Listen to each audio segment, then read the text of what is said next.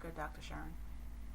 Good morning, and welcome to the second day of our conference. My name is Dr. Sharon Demetrius, co-chair, JD Tan Early Childhood Task Force, and co-chair also the Jamaica Diaspora Virtual Summer Conference for 2022. This morning, our moderator will be Ms. Andrea Thomas, and she is the co-chair also of the Jamaica Diaspora Virtual Education Summer Conference. She will be guiding you through this morning and will bring you welcome and greetings. Thank you. Have a great conference. Good morning, everyone, and blessings. Welcome to Tuesday, the second day of our educational conference. My name is Andrea Thomas, and I am one of the co-chairs of the educational conference. I want to thank my partners, Dr. Sharon Demetrius and Dr. Noah Gordon, and all the constituents and participants this morning who are on this line. I'd like to introduce Mr. Courtney Thomas, who is our invocation speaker. Mr. Courtney Thomas is a lecturer at the Michael University since 2016, and he has approximately 30 years experience as a classroom teacher and a guidance counselor. In addition, he is a marriage officer, and he is a pastor with the Church of the Firstborn of Jamaica. Please help me welcome this morning Reverend Courtney Thomas. Thank you very much, Andrew. Good morning, everybody. This is how the scripture is read from Psalms 24, verses 1 and 2. The earth is the Lord's, and everything in it, the world and all who live in it. For he founded it upon the seas and established it upon the waters. Let us pray. Father, we thank you so very much for today, the second day of this conference, and we so, Lord God, appreciate this opportunity to have this conversation. And Lord, this is an act of committing the day to you and the proceedings to you. Trusting you, Lord God, to help us with what will unfold today. Lord, we ask that you will allow us to understand the knowledge that is available. We ask that you will enable us to utilize it, and so that wisdom will be expressed. We ask, Lord God, that you will help us, God, with a heart of care and not conceit, a heart, Lord Jesus, that will help with those who need to understand what is available, what you have revealed to us. We pray today, Father, that you will guide us through the entire day, and that, Lord God, all that will be said and done will honor you and will glorify your name. And when it is all done, God, and action is to be taken, give us the courage, Lord, the courage to do the things that must be done, because the earth is yours. The people who this conversation concern belong to you. And so, Father, we are trusting your guidance. We are trusting your help as we move through the course of today. So bless and be with us. Help us to manage the technology, and that every thought that needs to be expressed will come fluently, and that your will be done in the name of Jesus Christ our Lord. Amen. And everybody say amen. All right. So at this time, we are going to warm up our brains with another wonderful brain teaser. So I'm going to share my screen. And just like yesterday, you have 20 seconds for each question. Here we go. Everybody ready?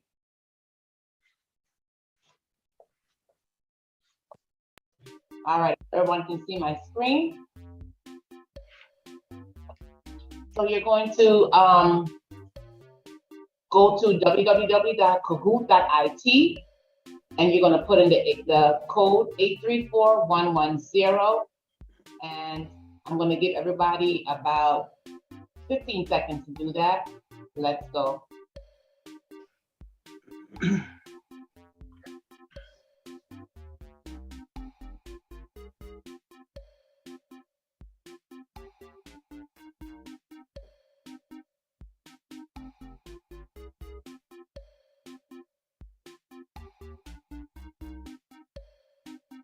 All right, I think people are still sleeping.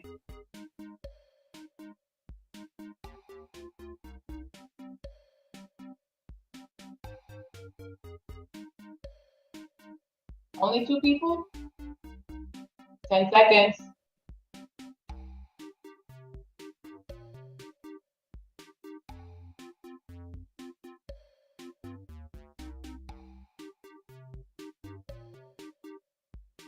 All right, 5 seconds.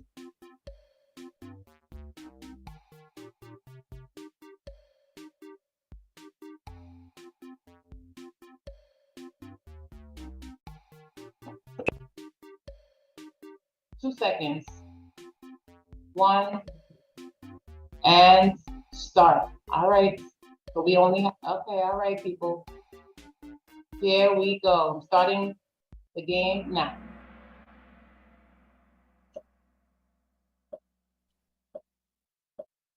All right, here we go. First question. Which Hollywood actor made river rafting a popular pastime in Jamaica?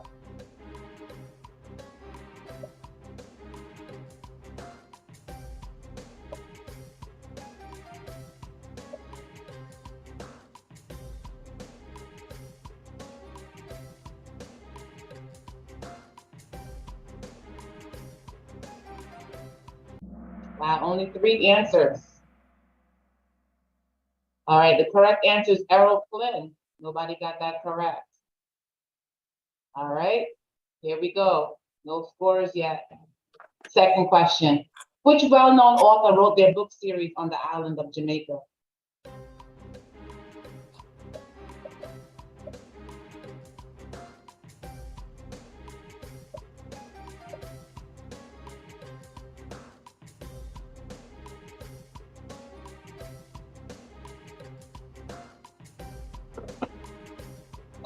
All right, good people. And the correct answer is Ian Fleming.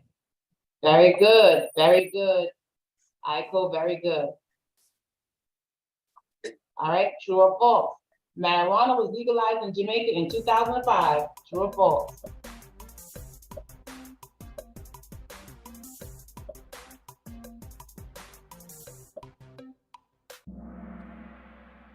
False, that is correct. It was 2015. All right, here we go. What is the national drink of Jamaica?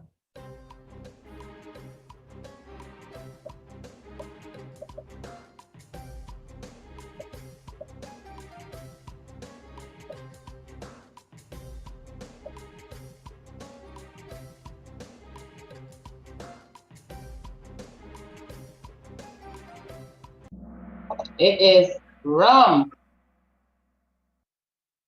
All right, let's see who's in. All right, GDS, good job, good job. All right, next question. In what year did Jamaica become the first English-speaking country to qualify for the World Cup?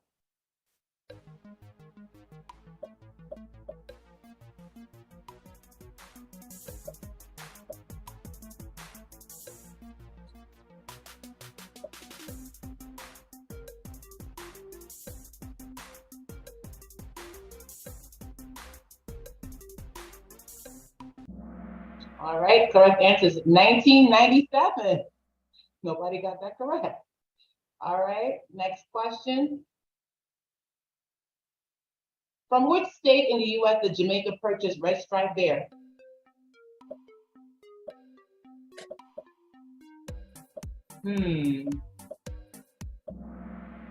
Illinois is the correct answer.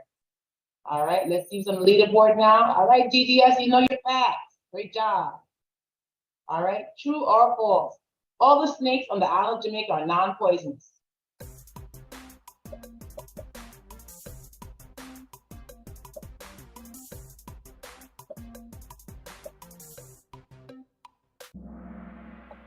Okay, it is true.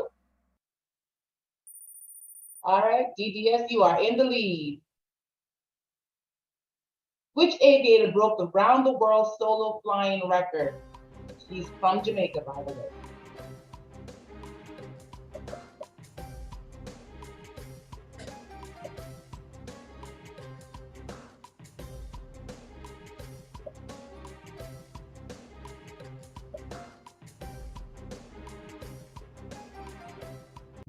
All right, and that is correct. Captain Barrington Irvin Jr., who I got the very good DDS. I had the pleasure of meeting him when I went to a conference in Miami, Florida.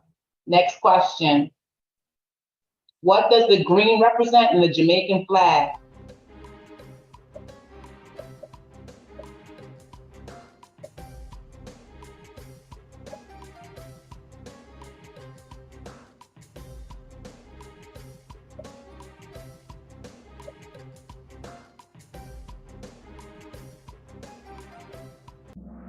And the correct answer is hope. And next question, who's on my leaderboard now? All right, DDA, you on fire. All right, here we go. Last question. Jamaica was the first country to construct a railway outside of Great Britain. What year did this happen?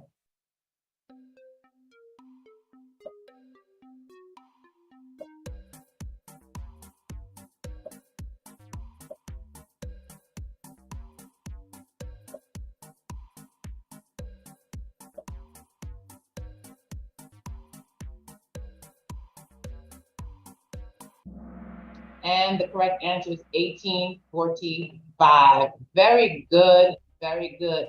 So we have our third place is Jamaican. Our second place is Duchess. Our first place is DDS with 5,067 points. Got six out of 10. Very good job, very good job. Thank you. I hope you have a wonderful day, educational day today. And now I turn this over to our esteemed chairperson, Dr. Noel Gordon. Thank you, Andrea. You didn't announce the gifts. The gifts. Well, tell them about the gifts. Dr. Gordon is going Dr. Gordon is going to donate to the first prize winner one of his books. Okay, get that information and I get it out to them. Leo is smiling. Leo is smiling because we still have the other gift from him. We talked about it last night. So mention that gift also, and the person who came first yesterday, I'll also donate a book to, all right? But get Mr. Gilling. All right, Mr. Gilling, what's the prize?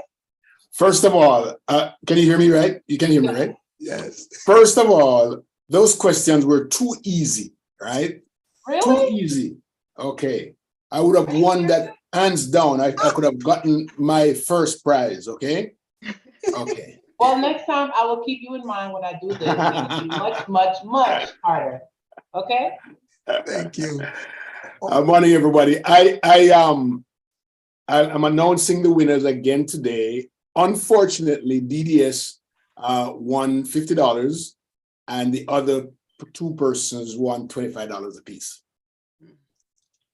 Okay, and once you get us the names, we'll pass names and the telephone numbers. Very important. Drop them in the box for us or something. I'm curious, who is DDS? Because this person is smart. Diana Davis Smith. Ah. I said unfortunately. Okay, I said unfortunately. Oh wow! Well, congratulations. Good job. Good job. Thank you very much. Thank you very much. And I'm going to want my phone money right now, right? Mr. Gilling, could you just leave a few short words before we continue? Thank you. Thank you so much. I first of all, I want to recognize everyone on the chat. I'll take Mr. McNamee at the bottom. That's it. Edwards, Franklin Bennett, good to see you guys. Christopher Clark, nice to have you. Flowers, I'm not so sure who C Flowers is. Carlene Largy, thank you so much. Colin, Dr. Colin Wolf, Courtney Thomas, Natalie Roper Allen, Yvonne Campbell, Mrs. Yvonne Campbell, good day to you. Diana Davis Smith, good to see you. Leslie Ann, Sherry Ann, thank you so much, and Andrea and Dr. Gordon for your hard work on this event. It's particularly meaningful because we had Leslie Ann and Carlene hosted us in New York earlier this year, and we could have only hosted 80 persons. And so this gives us a chance. Yesterday, last time I checked, we were at 1,600 persons, and I know that the numbers have gone up. It's really good to be able to offer this type of intervention, this type of best practices to more people, more persons across Jamaica and the world, pretty much. Thank you guys for allowing me to be here this morning. I'm not happy when I have to give out money to people. Okay. Okay. Well, we're happy that you're generous. Okay, so you're not happy. You're happy. Okay, and well, at this time, I'd like to first of all commend all the participants yesterday. First of all, we had an amazing audience, and then the presenters. You executed yourselves so well. And this speaks to the level of professionalism that you are executing in your various capacities. I personally am very proud of my fellow educators, and yesterday was an amazing day. Congratulations to those of you who participated yesterday. Now, I'll just take a minute to inform you that today we are basically having the same format. It's slightly different in that each speaker will be speaking for 10 minutes. So we have 3 sections. The first section, we'll be having 3 speakers, and each person will be speaking for 10 minutes. And then we will be opening up the forum to those of you who are on YouTube watching. Make sure you put your questions in, because Mr. Franklin Bennett will be fielding the questions, and we'll make sure that we tax the presenters for the responses. Thank you so very much. Without any further ado, I will introduce our keynote speaker this morning. I'm excited to hear what she has to say.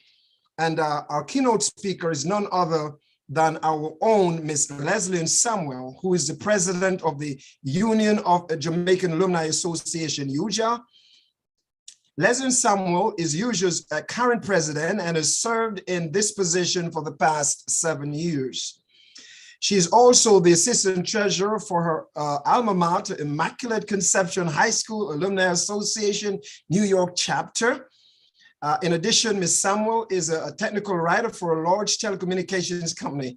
She has been an adjunct professor in the business department of the University of Maryland's global campus for the past 21 years, where she teaches organizational leadership. She holds a Bachelor of Science degree in computer science from the Rensselaer Polytechnic Institute and a Master's of Science degree in electrical engineering from the University of Pennsylvania. Ms. Leslie Samuel, we're delighted to have you, and we're turning over to you at this juncture. Thank you. Thank you so very much, Dr. Gordon. So very much appreciate that most kind introduction. Good morning, colleagues. I am truly delighted to be with you this morning. Let me begin by saying sincere thanks to the organizers of our Jamaica Diaspora Education Task Force Education Summer Conference Planning team for affording me the opportunity to join you today to discuss a topic that I am actually very passionate about. As Dr. Gordon mentioned, I've been a part of the Union of Jamaican Alumni Associations as its president for the past actually almost 8 years, but have actually been associated for the past 16. For those of you who may not know, UJA is an umbrella organization of alumni associations of primary, secondary, and tertiary schools in Jamaica, and we are 32 years old. We began with 17 member organizations. We now have 64, representing over 70 schools across every parish. Our focus is education, all areas, all facets, all forms. As Dr. Gordon also mentioned, I am a proud alumna of Immaculate Conception High School in St. Andrew. I am the 5th generation to attend the school, and if I had had a daughter, I would certainly have encouraged her to be the 6th. As the good Lord willed, I had a son. So he has adopted Campion College, where his uncle graduated in 1969. I'm grateful for the opportunity to discuss a challenge that we believe we have before us. And very simply, we want to help. Let's begin with the Jamaica Education Transformation Commission's report that was issued in January of 2022. The JETC report states that the Jamaican educational system is suffering not from an access to education problem, but rather from a learning crisis. It argues that we need to live up to our education motto: every child can learn, every child must learn. While Jamaica spends over 20% of fiscal expenditure on education, we really don't have a whole lot to show for it. While we have had successes at all levels in the education system, 50%, 1 in 2 of students leave primary school virtually illiterate and innumerate, and 70%, 7 of 10 of the labor force have no formal training. Based on the primary exit profile PEP exams, 60% were failing math, 56% could not write, and 60% had difficulty in comprehension. The last island-wide evaluation by the National Education Inspectorate finds that 55% of schools were ineffective, 45% of school leaders and teachers considered unsatisfactory. 72% of secondary school leavers passed less than 5 subjects at CSEC, and only 45% of CAPE students attained the requisite diploma. And finally, it states that Jamaica's educational system has 2 main problems. 1, training students to function in a technology-based environment, and 2, preparing them to solve the major issues of the day, including crime. Some key recommendations of the JETC calls for better organizational coherence and systemic alignment between the various levels of the educational system. Calls for a radical pedagogic transformation, moving away from the traditional teacher-centered lecturing model to one that invites collaborative teacher-student learning. We have talked about that. Placing more emphasis on STEAM, as well as on social and emotional learning. The vigorous pursuit of equity within the system. The current one system is one of haves and versus have-nots. It calls for serious improvement of governance at all levels, from school boards to the ministry itself, and for more in-service training for teachers, especially in relation to the use of technology in the classroom. I am sure that none of this is a surprise to any of you. I also suspect that many of you are working day and night to develop solutions to what may seem to be a daunting task. So while you're developing these answers, I ask you to consider a resource that wants very much to assist. Please note that I said assist. I did not say that we had the answers, but we have a few essential ingredients that may be helpful. The we to whom I refer are Jamaica's diaspora, including all of the folks that are a part of JDTAN, and more specifically, your alumni. Historically, Caribbean society, including Jamaica, have a long history of inward and outward movement of people. The Caribbean diaspora is itself a product of our history, one that reflects the 400 years of economic and social underdevelopment. This history did not stop in 1962, but continues up to today. As members of the Caribbean diaspora, given our history and the reason for its very existence, we believe we have a moral obligation to give back to those who we left behind and to give forward to those yet to come. The alumni community have an even greater commitment to giving forward because the persons that we are today, our achievements and accomplishments, are due in significant part to the education that we received in Jamaica, in our schools, in your classrooms. As members of the global Caribbean diaspora, living abroad has given us many advantages, including greater access to a diversity of educational opportunities, close proximity to first world technologies and innovation, new opportunities to expand our social networks, access to best practices in management, leadership, finance, and a host of other fields, including education, the opportunity to acquire new skills and knowledge, the adoption of new attitudes and awareness of cultural diversity, and yes, the ability to accumulate personal financial capital. The fact is, Jamaica's diaspora contributes in a number of ways to the social and economic development of Jamaica, including financial remittances. We hear about that all the time. Investment and trade, technological transfers, entrepreneurship, business connections, transferable skills and knowledge. But we can do more, and the alumni community represents a potential partner for transforming education in our Jamaica. We can do so by sharing classroom experiences with fellow educators, everything from pedagogy to practice. Impart knowledge, skills, and scholarship to students, teachers, fellow educators, and policymakers. Facilitate mentorship and empowerment of students. Foster collaborative innovation and expertise sharing. Provide, of course, financial support for infrastructure, technology, and management. Share access to external scholarships and funding agencies by leveraging our international networks, and certainly offer professional training and development opportunities for students, teachers, and educational leaders.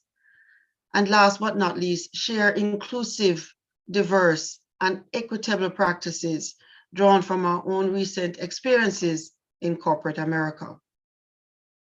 To facilitate the diaspora's contribution to educational change and development, it would be helpful for policymakers to consider the diaspora as merely an overseas extension of the local economy and society. Think of those living abroad as equals to those residing at home. Encourage, support, and promote collaboration between local and foreign educational institutions.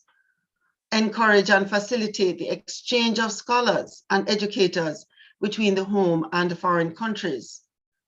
Create and promote fiscal incentives to attract expertise from the diaspora communities abroad.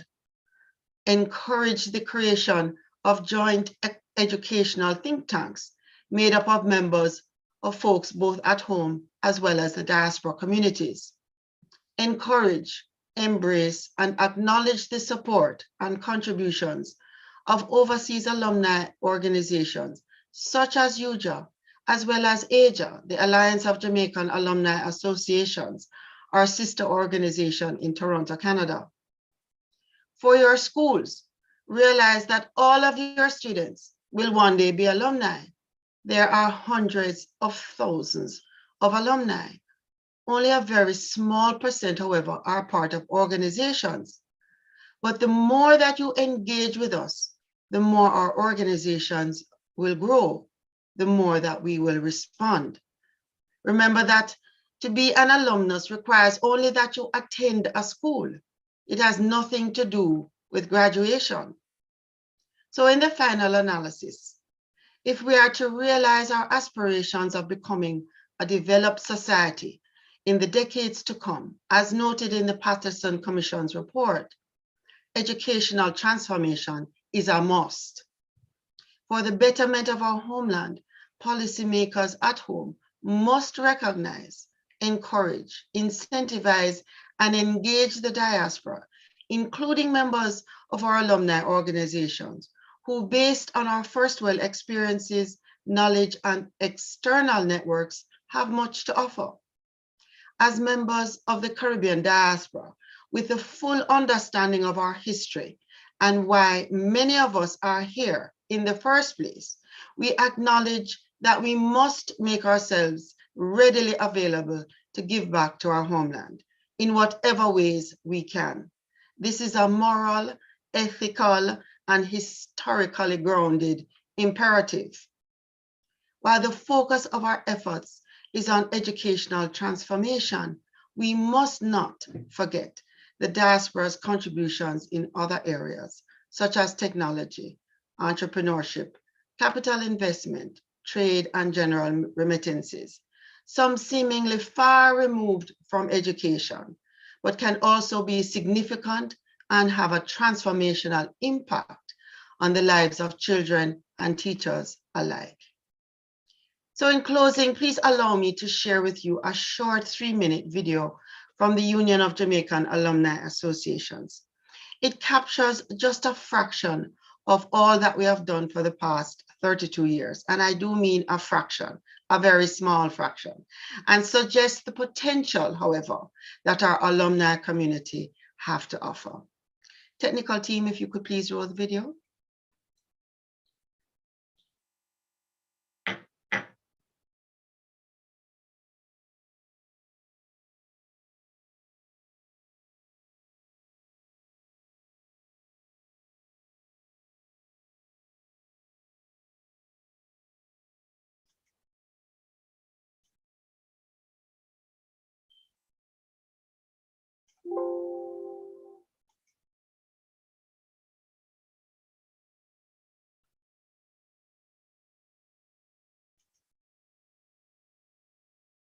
I'm not hearing any sound. I don't know if anybody else is.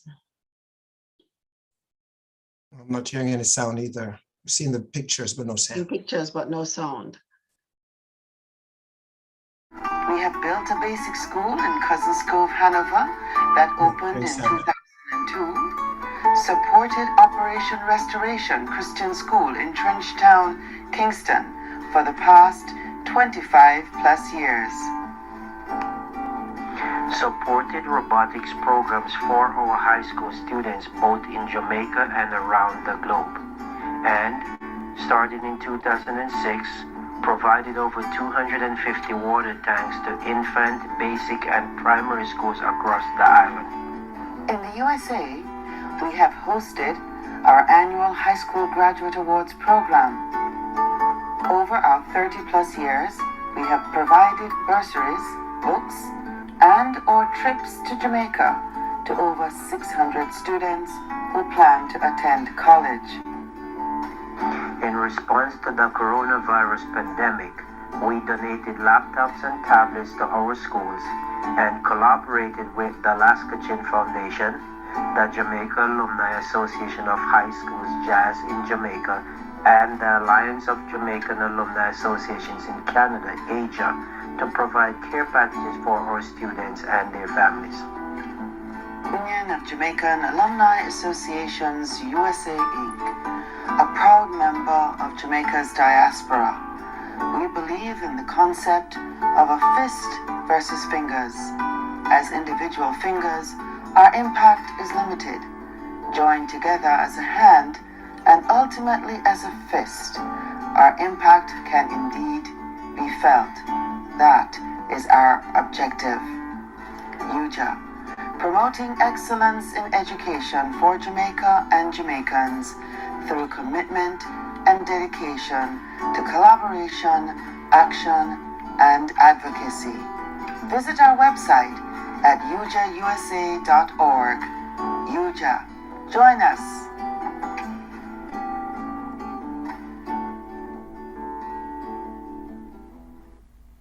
That always makes me very happy when I see that video. So on behalf of our alumni organizations in Jamaica, Canada, and the USA, please include us in your plans, your dreams, your goals, your aspirations. We may be little and Talawa, but we have much to do to be all that we can be. So please reach out and let us partner. I thank you all very much. Have a good one. Thank you so very kindly, Ms. Leslie Samuels. This is very exciting. I am so impressed with the work that you're doing. Of course, I'm familiar with the work of UJA. If you are a part of a high school and your alumni association is not connected with UJA, please reach out to Ms. Samuels. And we'd like for the Jamaicans, those of you who reside in Jamaica, reach out to her because there are tremendous opportunities that are inherent in this organization. At this point in time, I'm very excited for the program. I would like for you to reach out to your friends and forward the link to them and ask them to join us at this point in time, because we're getting ready for an exciting day of professional development. Fasten your seatbelts. Now, the first segment will be a very interesting presentation, but I'll leave it up to our first moderator, who will be facilitating this segment, none other than Dr. Diana Davis-Smith.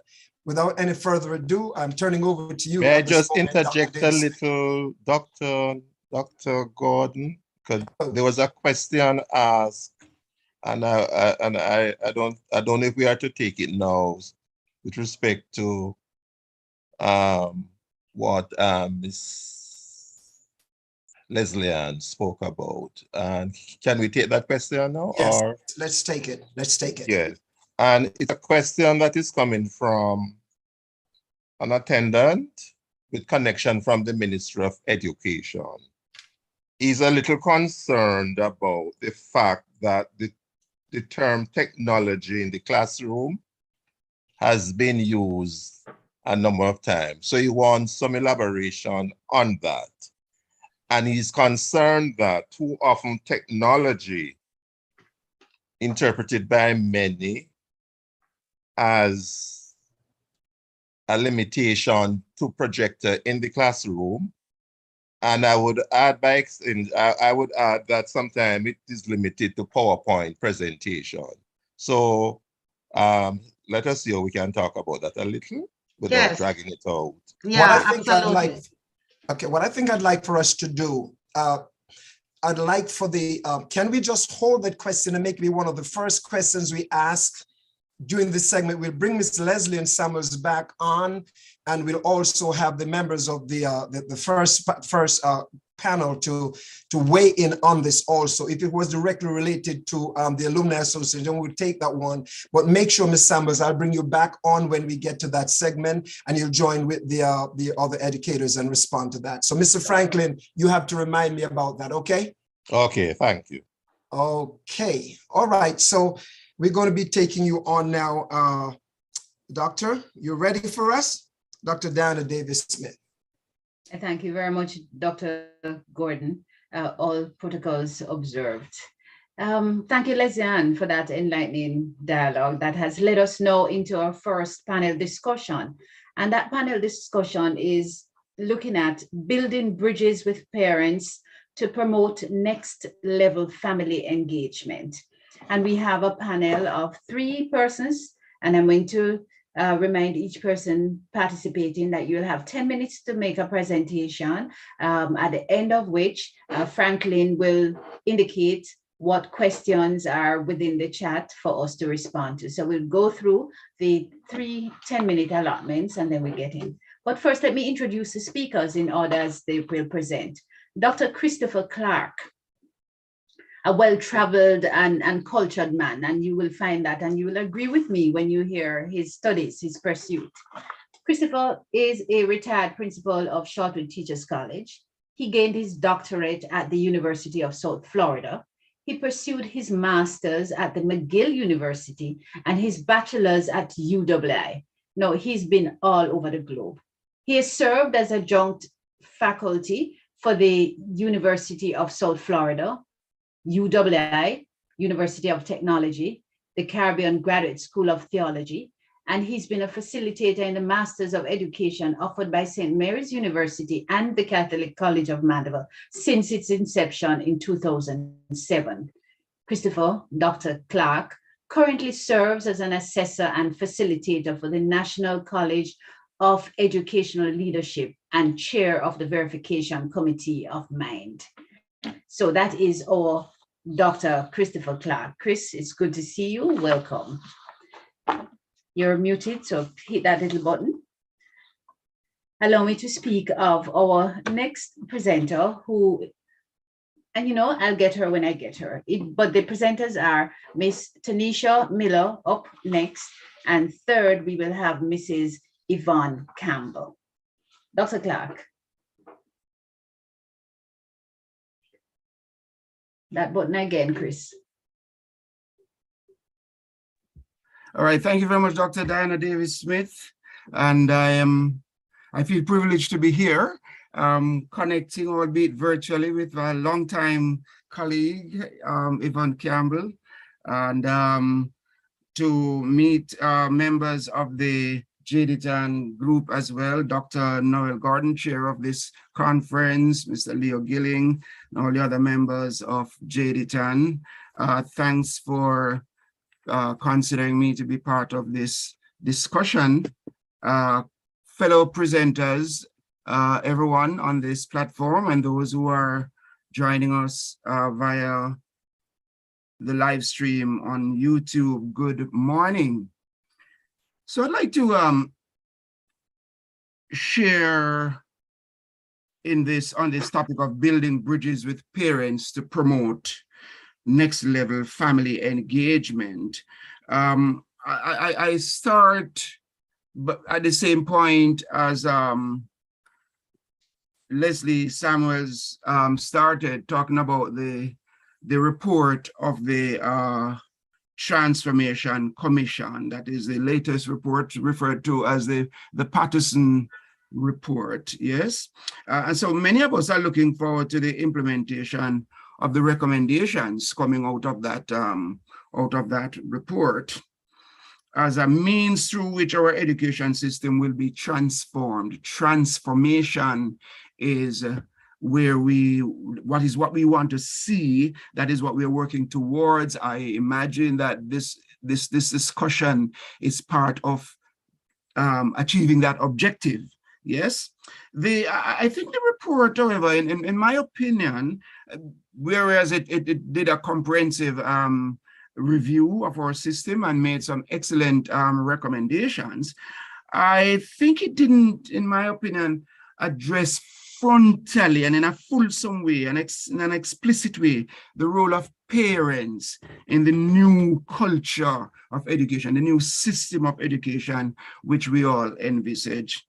Yet it is generally agreed and borne out by research that parents are as important as teachers and administrators in the education enterprise. Decades of research clearly indicates that having parents who actively show interest in and support for their children's learning and education, that's associated with better educational outcomes, even when socioeconomic and other background factors are taken into consideration. Parents, after all, are their children's first teachers, yes? And so we can't ignore them. I want to suggest that they form that vital part of any child's learning from birth right through to formal schooling, some as far as up to college. Parents are deeply involved in their children's education. And so if schools and parents work together with a focus on the child's total development, that child will do well, our outcomes will be improved compared to what we see now in that report. So the research is replete with the benefits of parental involvement and engagement including that such involvement and engagement help to build trust and improve relationship between parents and teachers, improve academic achievement, improve behavior, it reduces absenteeism, and raise aspirations. So in the remaining minutes I have left, I want to quickly look at the current provisions for parental engagement, and then suggest, if I have the time, how schools might improve on the partnerships with home for better education outcomes, better student outcomes. So I did say that the Patterson report did not, in a fulsome way, address parenting and parental involvement. But in recommendation 6, under the caption of the early childhood education, it did recommend that we should have developed a coordinated strategy to engage and support parents of young children. Of course, child development and stimulation programs offered at ECIs should be associated with certification, they suggest, that allow training for parents, a very important point there. Training for parents in basic literacy and numeracy, and then to transition into existing vocational training in early childhood development, and especially early childhood education. Thanks to previous reports, we now have a National Parenting Support Commission, which among its functions, it is mandated to develop stronger and more sustainable partnerships between home and school. And then there's a National Parent Teachers Association, a body established in 2006. Part of its mandate is to get parents more involved in the running of schools and the education of their children. Of course, this list is not exhaustive, but if I say nothing else, I want to suggest, Madam Moderator, colleagues, that we need to add to this list of national provisions, legislative provisions to facilitate working parents getting time off to attend to educational matters at school. The same way we make provisions for workers, people working, to get time off from their work to vote. If voting is so important, hey, just imagine what it is to get time off. We're talking about hours here. We're not talking about an entire day. Getting hours to attend to business of your child or children at school. So I've raced through those national provisions, and I want to then move on to something I endorse, which I found from an organization in the United Kingdom called Parentkind, a blueprint for parent-friendly schools, Dr. Davis Smith. And there are five drivers. In other words, these are the 5 things which, when they begin to integrate, will lead to more parent-friendly schools, because a number of parents are intimidated by schools, whether we know it or not. They don't feel welcome when they go to schools, and so we have to do something intentional about that. And one of the first things that one of the first driver is leadership ethos and resources, developing a culture of respect for parents and visitors generally. A sign which says, "Welcome to our school. Please check in at the office before going to your child's class," is far more welcoming than one which I run into sometimes at school with a long list and a huge no at the top. No flip-flops, no merinos, no hat, no shoes, no. Yeah, and by the time you're ready, you don't know what you're supposed to do. But that to me is not just intimidating. It tells me, hey, you're not wanted here. So let's change that. Let's change. You know, that is part of what we call the deficit model. Starting with the negatives. Let's get more positive. Yes. So part of that ethos, of course, it starts with establishing clear boundaries and expectations for parents. Yes. So we ask ourselves the question: what can parents expect when they enter the school premises? When they come to your school, what can parents expect?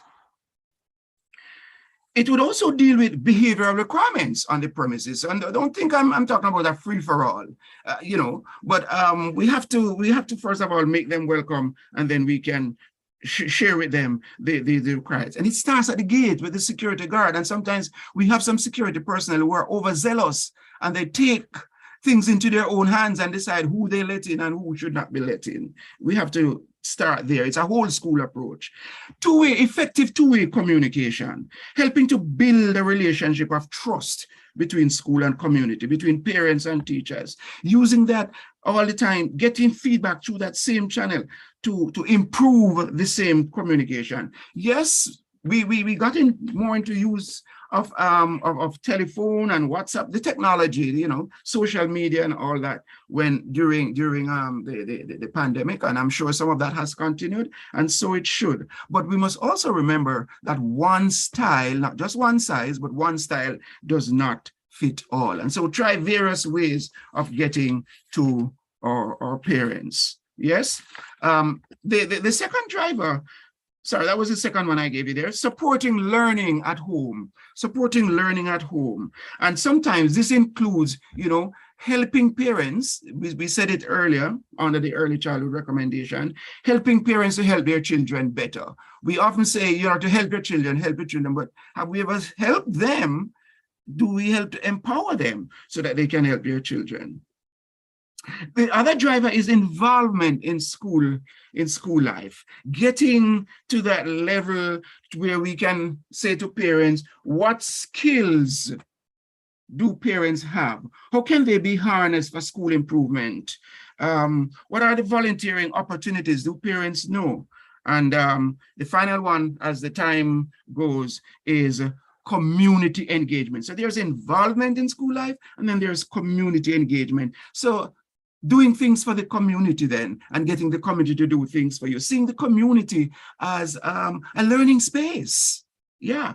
So we're talking about parenting classes, maybe computer classes, using the school facilities for meetings, for sports, reaching out to the seniors in your community, the shut-ins periodically, helping your children to do community service so they get a greater appreciation for service, while at the same time the school benefits and they begin to accept the school as their own. I'm going to stop there. I think I've gone through the 5 very fast, but thank you very much. And maybe we can elaborate later.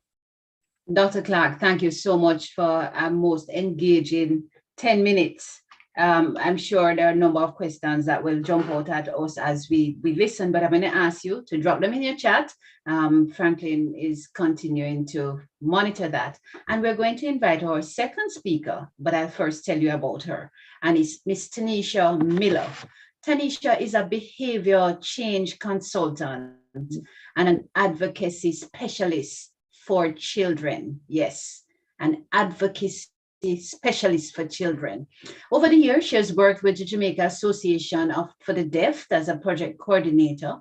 In addition, she works with the Ministry of Health as the regional PL-HIV. And Tanisha, you probably need to tell me when you get on mic what that is.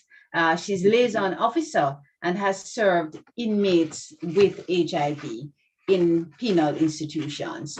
Ms. Miller holds a bachelor's degree in mass communication with an emphasis in public relations and radio broadcasting. And she earned that from the Northern Caribbean University and law from the University of Leicester. In addition, she has a master's degree in communication for social and behavior change, and this she earned from the University of the West Indies. Tanisha, welcome to this discussion. We'll give you 10 minutes to share your perspective to the topic. Thank you for being here. Good morning, everyone. Thank you so much for having me. You would have asked, what is it that PL-HIV stands for? It's actually people living with HIV and AIDS. So once a person was found positive in the Southeast region, those persons would have been referred to me for counseling and of course to be integrated into our healthcare system, and then also working with our inmates that when they leave this penal institution, they're actually integrated back into society. All right, so again, thanks for having me. As it relates to our topic that we're in discussion with, the Early Childhood Commission, we wholeheartedly actually believe in building bridges with parents to actually promote family engagement and to ensure parents reach their optimal potentials. So to help us guide this process, we operate using multiple pillars, but in specific two main ones. We have our 12 legal operating standards, and we have, of course, our National Strategic Plan, the NSP, which can be referred to as the Bibles of the Early Childhood Commission. Those are what actually guide our everyday movement or everyday operations. So I will zoom in a bit as it relates to Standard 10 of the 12 legal operating standards. And Standard 10 speaks specifically to interactions with parents and community members. So institutions and the staff and the management and staff, of course, they're required to establish and maintain healthy relationships with parents, caregivers, family members, and of course, the wider community. Now, the Early Childhood Commission, we encourage the building of bridges with parents to promote the next level family engagement by ensuring that all the players in society are a part of what it is that we're doing. So persons are involved. They know what it is that we're doing on a day-to-day basis. We frequently put out information on our Twitter pages, our Instagram page, our Facebook page, and of course, our website. Earlier on, I mentioned the National Strategic Plan, and for that, there are 5 main processes for that. So it looks at effective parenting, education, and support. So in looking at this process, it actually provides parents and caregivers with support that they need to effectively raise their children. And a bit later on, I'll speak about our parent places that we actually have. Number 2 of the NSP process speaks to preventative health care. So the Commission works with the Ministry of Health and other agencies to ensure that parents and caregivers actually work with the healthcare system in a way, and they actually ensure that children are taken care of to avoid preventable illnesses.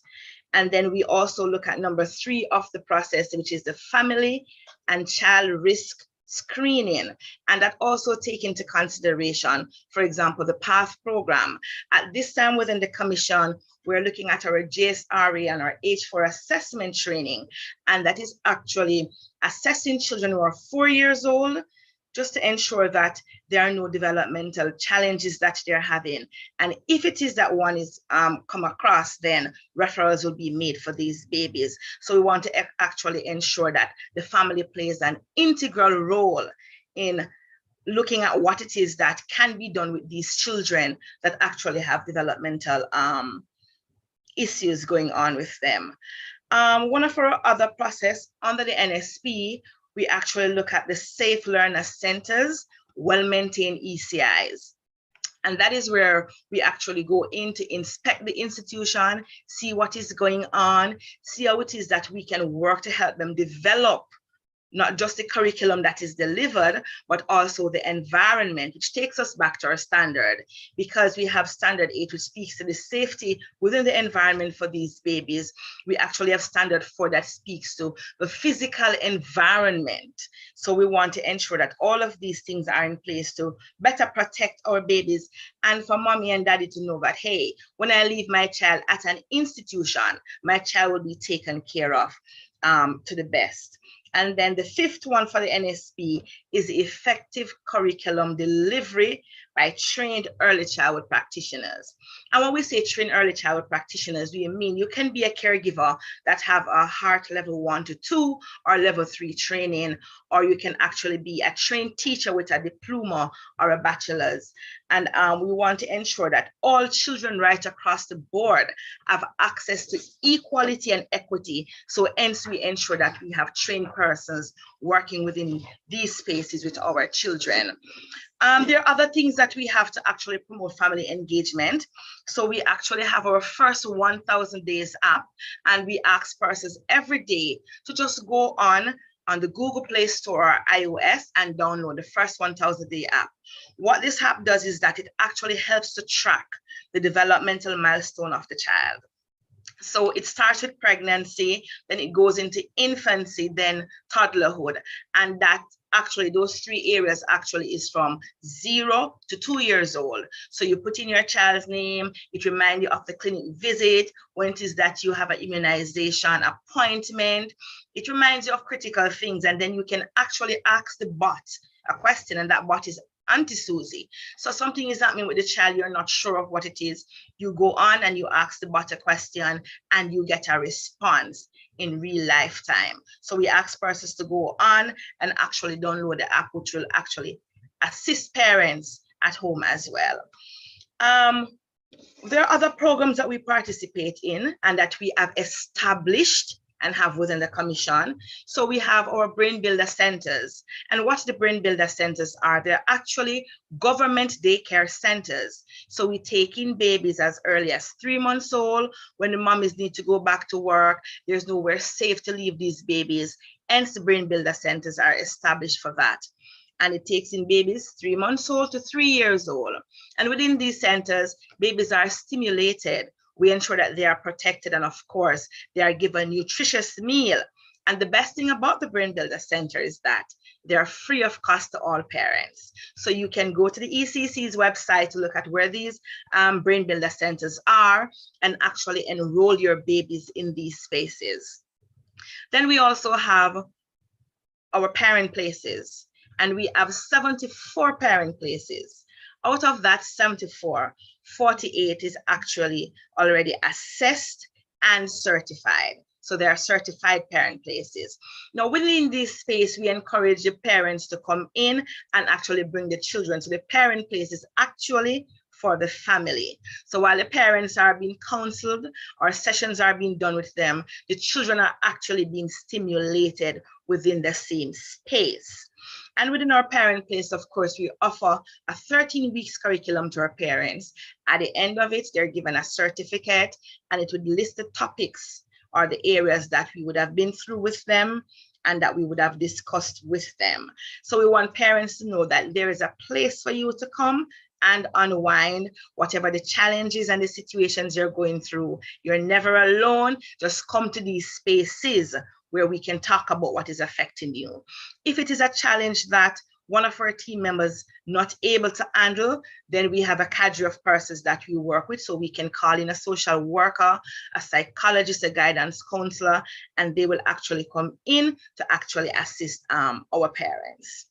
We have our other community activities that we zone in on the families. So we have, for example, our ECC walk and talk, where we go into the communities and we talk with persons, we talk with parents, we talk with families to see what is it that is affecting you and how is it that we can assist. With the walk and talk, actually, we try to invite other agencies to go in with us. So it may be a farming community, then we know that we need to invite RADA. If it is that there are challenges with children being placed into institutions, ECIs, primary schools, then of course we go in with heart and we go in with other persons from the Ministry of Education to assist to streamline these children into the institutions.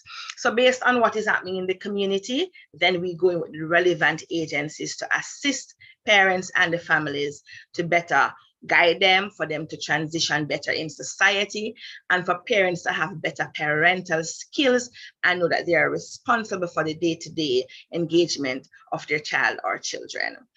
We also look at training practitioners as it relates to the Ira Classroom Toolbox. So what the Ira Classroom Toolbox is, it is actually a school-based violence prevention program and it was coined, of course, for early childhood practitioners to better able to manage the behavior of children within our classrooms. It's also there to assist the practitioners as well, for them to change their negative behavior and to focus more on the positive behavior that they would actually want out of the children. And then we have our Hire Home Toolbox, which is also still a violence prevention program, but this one, it is centered within the homes for parents. So parents can know How is it I better relate to my child? What can I do to change my child's negative behavior? So instead of saying to your child, do not sit over there, do not go out in the rain, do not touch this, do not touch that, then we say to them, try to avoid the negative words. So do not is negative. Tell the child exactly what you want them to do. So instead of saying, do not sit over there, you can say, Noel, would you like to sit beside mommy? Noel, sit over here. So instead of using the negative words, then you do something positive. Let children know exactly what is it you're praising them for when you praise them. So instead of saying, Christopher, good job. Christopher could have done 15 things in the day. What are you telling Christopher good job for? So we say to parents, be specific in your behavior. Say to the child, Christopher, good job for helping mommy to wash the dishes today. Good job, Christopher, for helping mommy to sweep out the house. Tell them what is it that you're praising them for. Because with children, you know, children, they love to explore, and the child may have done 2 good deeds and 4 things that you refer to as quote unquote bad things that you don't like. And when you say to a child, good job, the child may just think it is good job for hitting the dog. The child may think it is, you're telling me good job for throwing the stones over the neighbor's house. So be specific, and that's what we want parents to do. And as it relates to all of these programs, and I spoke about the app, we try to share a lot of information for knowledge base. So for example, we have what we call parenting on a page, where we have just simple things in ensuring that parents know what to do at home to build on their parental skills. So we put up all of those little snips on a flyer, and we share them with our parents. We actually have a parenting strategy, and that is embedded as well in our NSP. To actually better engage the parents and the family in bridging the gaps that exist, we say to people that having friendly, positive relationship with parents, it is a necessity. It certainly makes things easier. When you have troubles, for example, the practitioners in the classroom, if it is they have a good relationship with the parent, then they know that someone is on their team that they can work with that is outside of the classroom. And for the children, the parents, they are their own team. And when they're in the space with the parents, that is where they feel safest. So based on all of that, we have a cadre of programs and things, and you can go to the website where all of this information will be as well. Thank you. Thank you so much, Ms. Miller, for your presentation. Indeed, it has covered so much as it relates to change and behavior change. I see your expertise as such as consultant. Our next, thank you very much for that presentation. Mrs. Yvonne Campbell is up next, and Ms. Yvonne is a JP, and we have discovered a good friend of Dr. Clark. Mrs. Yvonne Campbell is a retired educator and executive director of Missionaries Outreach Ministries International. She served as a teacher at Dintil Technical High School and Yuaton Secondary School as well. She was employed at the Ministry of Education between the period 1991 to 2014. She served as supervisor of guidance counselors, substance abuse trainer, regional guidance and counseling officer, and senior education officer. And she's also a graduate of Michael College, the Michael College. We are happy to have Mrs. Campbell here with us as she puts her 10-minute spin on the topic, building bridges with parents to promote next level family engagement. Mrs. Campbell, thank you so much for being here. Thank you so much, Mrs. Smith, for your warm introduction. I greet all those involved in JDTAN, and permit me to greet Dr. Noel. Through his instrumentality, I was asked to be here. I salute you, Dr. Clark, and I found it quite intriguing that at least 3 of us on this conference share something in common. We share the flat bridge.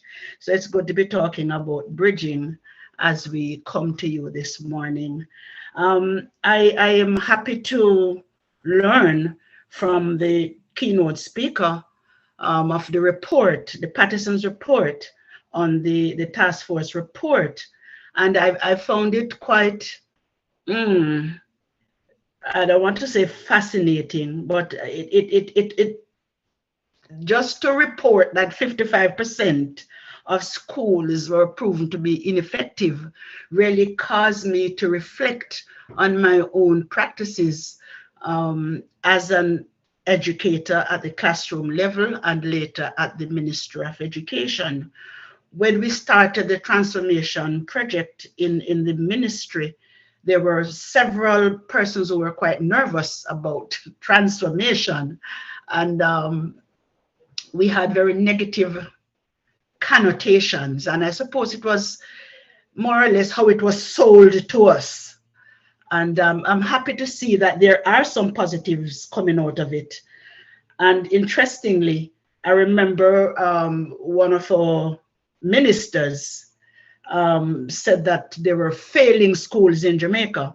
So the report is kind of vindicating him, because if 55% of the schools are ineffective, it really does suggest that we have far too many schools that are not effectively turning out students who can be of, can make a difference in Jamaica, land we love.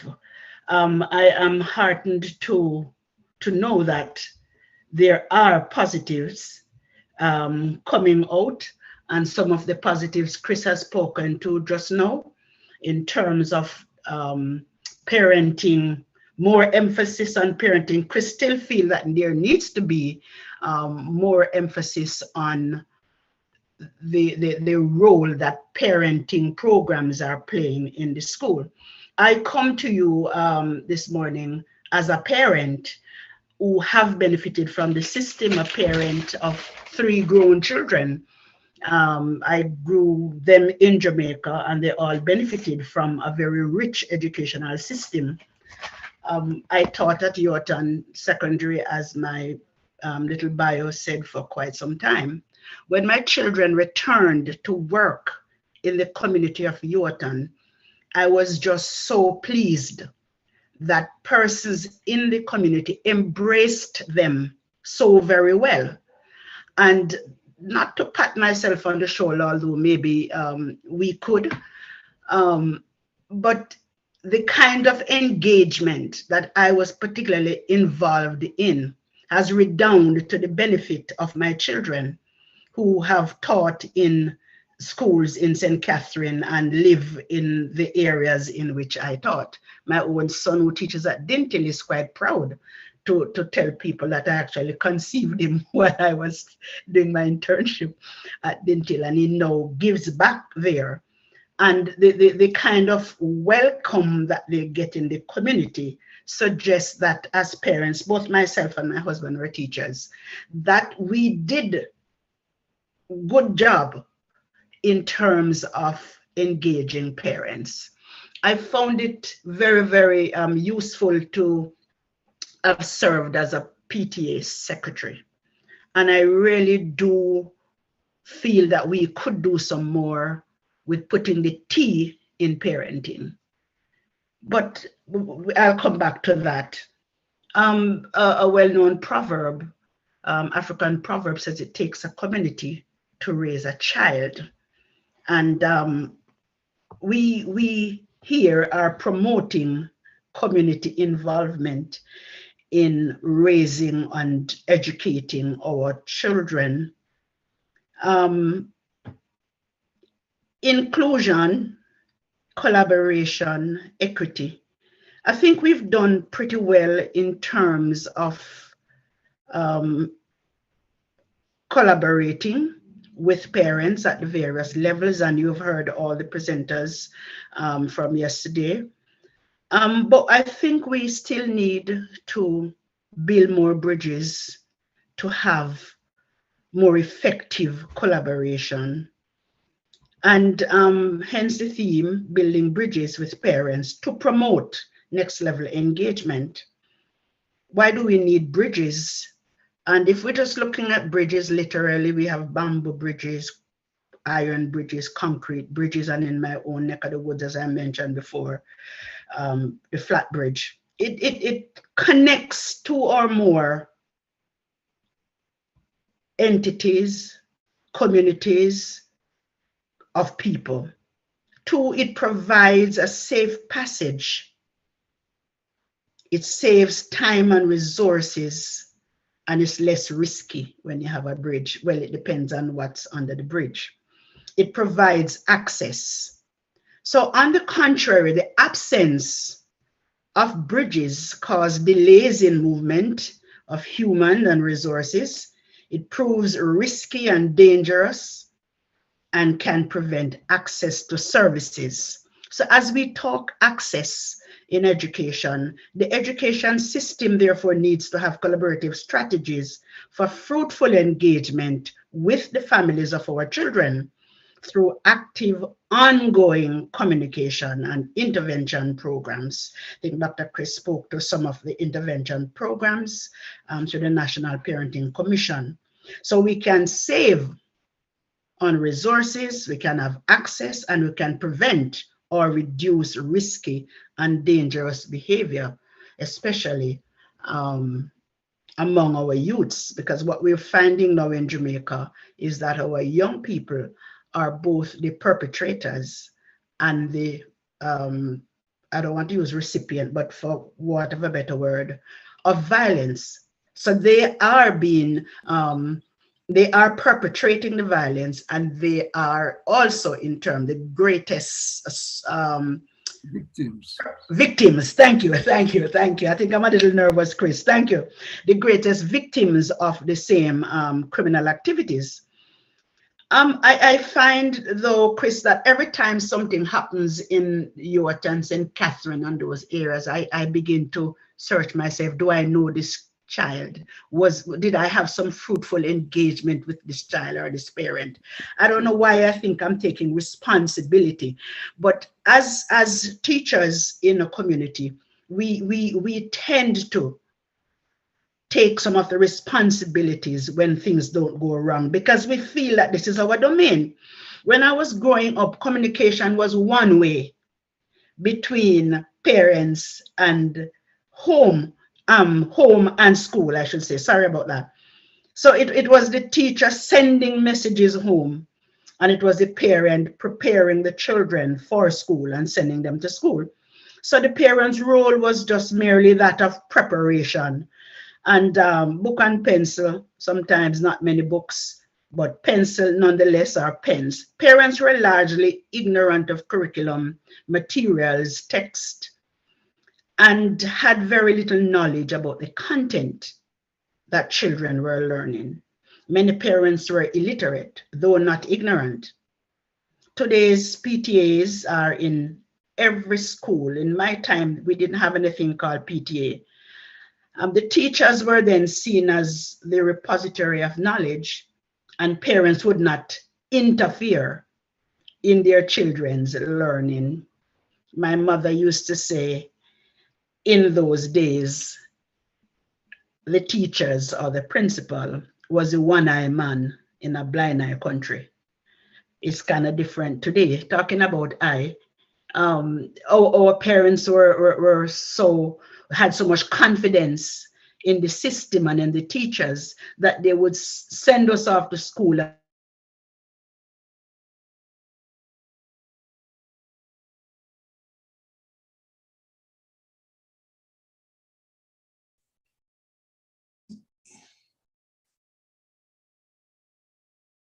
And that's good. But we have evolved over time to where parents are now involved in curriculum material, helping to develop programs for children, and they are more actively involved in the teaching learning of their children. We see them as business owners. I have had several run-ins in my school at the PTAs that I have belonged to, when my children were at school, and sometimes my children would beg me, Mommy, don't come to school, because whenever you come, you know, the teachers don't treat us very well after you have left. Especially when I got into the Ministry of Education. All right, go tell your mother and see what the Ministry of Education can do.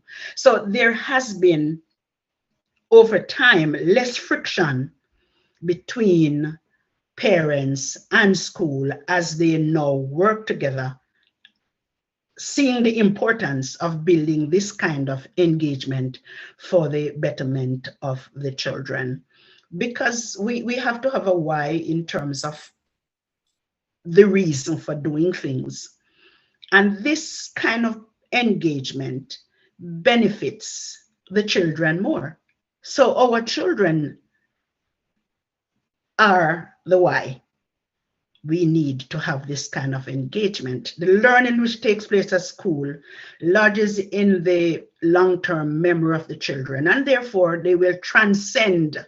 Learning transcends the classroom. It gets home, home adds, subtract, and go back to school.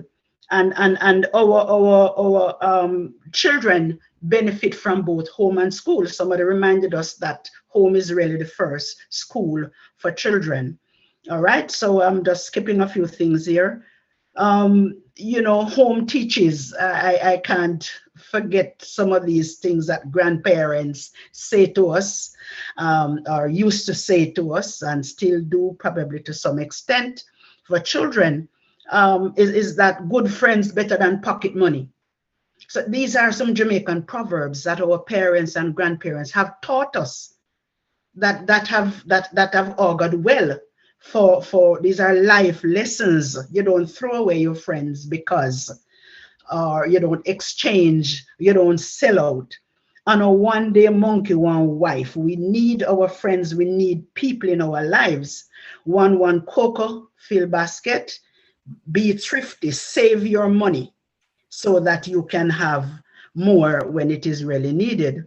My son teaches in Dubai, one of my children, and he told me that he was in Jamaica recently, and he said he saw some guys playing football in his community, and one boy was just trying to show off, and a youth said to him, my mother say, me see bigger dog than you, that mange kill.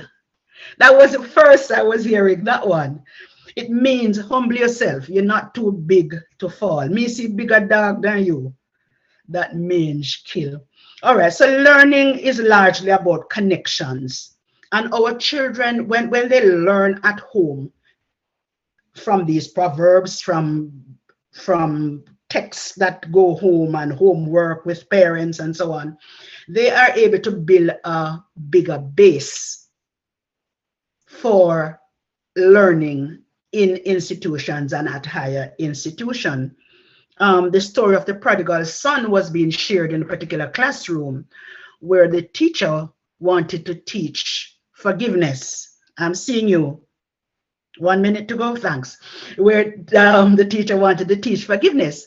And the teacher told the story of the prodigal son and then asked, what's the moral of the story? And one boy put up his hand and said, miss, you know, if you waste what you have. You know, to waste what you have. The teacher said, no, Chris, that's not, or Courtney, that's not the answer I'm looking for. But that child was so right. His parents would have taught him waste not, want not. When you waste, you're going to suffer want. All right. So in closing, when parents teach basic commands, soft skills, basic discipline, good manners, which takes you through the world, and appropriate behavior at home, they are connecting with the formal environment in which children have to sit and learn and obey authority. The greater the interest the teacher shows in the child, and for those parents online, when children are good-mannered, respectful, teachers show a greater interest in them and will probably give them an extra mark if they need to move them over into another level. The home and church combined together helps to build confidence in our children. It builds integrity. teaches them to reverence and respect authority and the higher power, teaches gratitude, teach them to pray and give God thanks, enhances social skills, enhancing public speaking. They have to do their golden text and stand up and repeat, to give a testimony, to read a scripture, improve self-confidence in our children, and teaches accountability. And then finally, I find in the education system, as I worked in the independent school sector for 7 or 8 years, my last few years, that there is so much more accountability at the private school level than in the public schools. And it all has to do with who is paying the piper. And it all has to do with parents being more attentive. I'm not certain if it is the fact that they are paying for the education. Some persons say anything too free, no good. But at the same time, we need to have more accountability in our public schools. We need to take politics out of schools, and probably in answering questions, I can give you some recommendations. But I was just so pleased to know that schools are still building strong PTAs, and there are benefits in being a part of a PTA, and not just to be call parents for a work day, but to actually involve them. And this is ongoing, involve them in the academics and in curriculum, things that drive the curriculum, so that they can be more involved. Blessings. I thank you so much, Mrs. Campbell, for sharing with us. I like that reference about parents in the older days being illiterate but not ignorant. I perhaps lament the position that it perhaps has flipped somewhat. I'm going to ask our monitor, Mr. Franklin. Franklin, would you share questions, please? Yes, good morning. Good morning. And I'm going to use the term to big up Lady Campbell, because I know your daughter Jody, and an argument done. Okay. All right.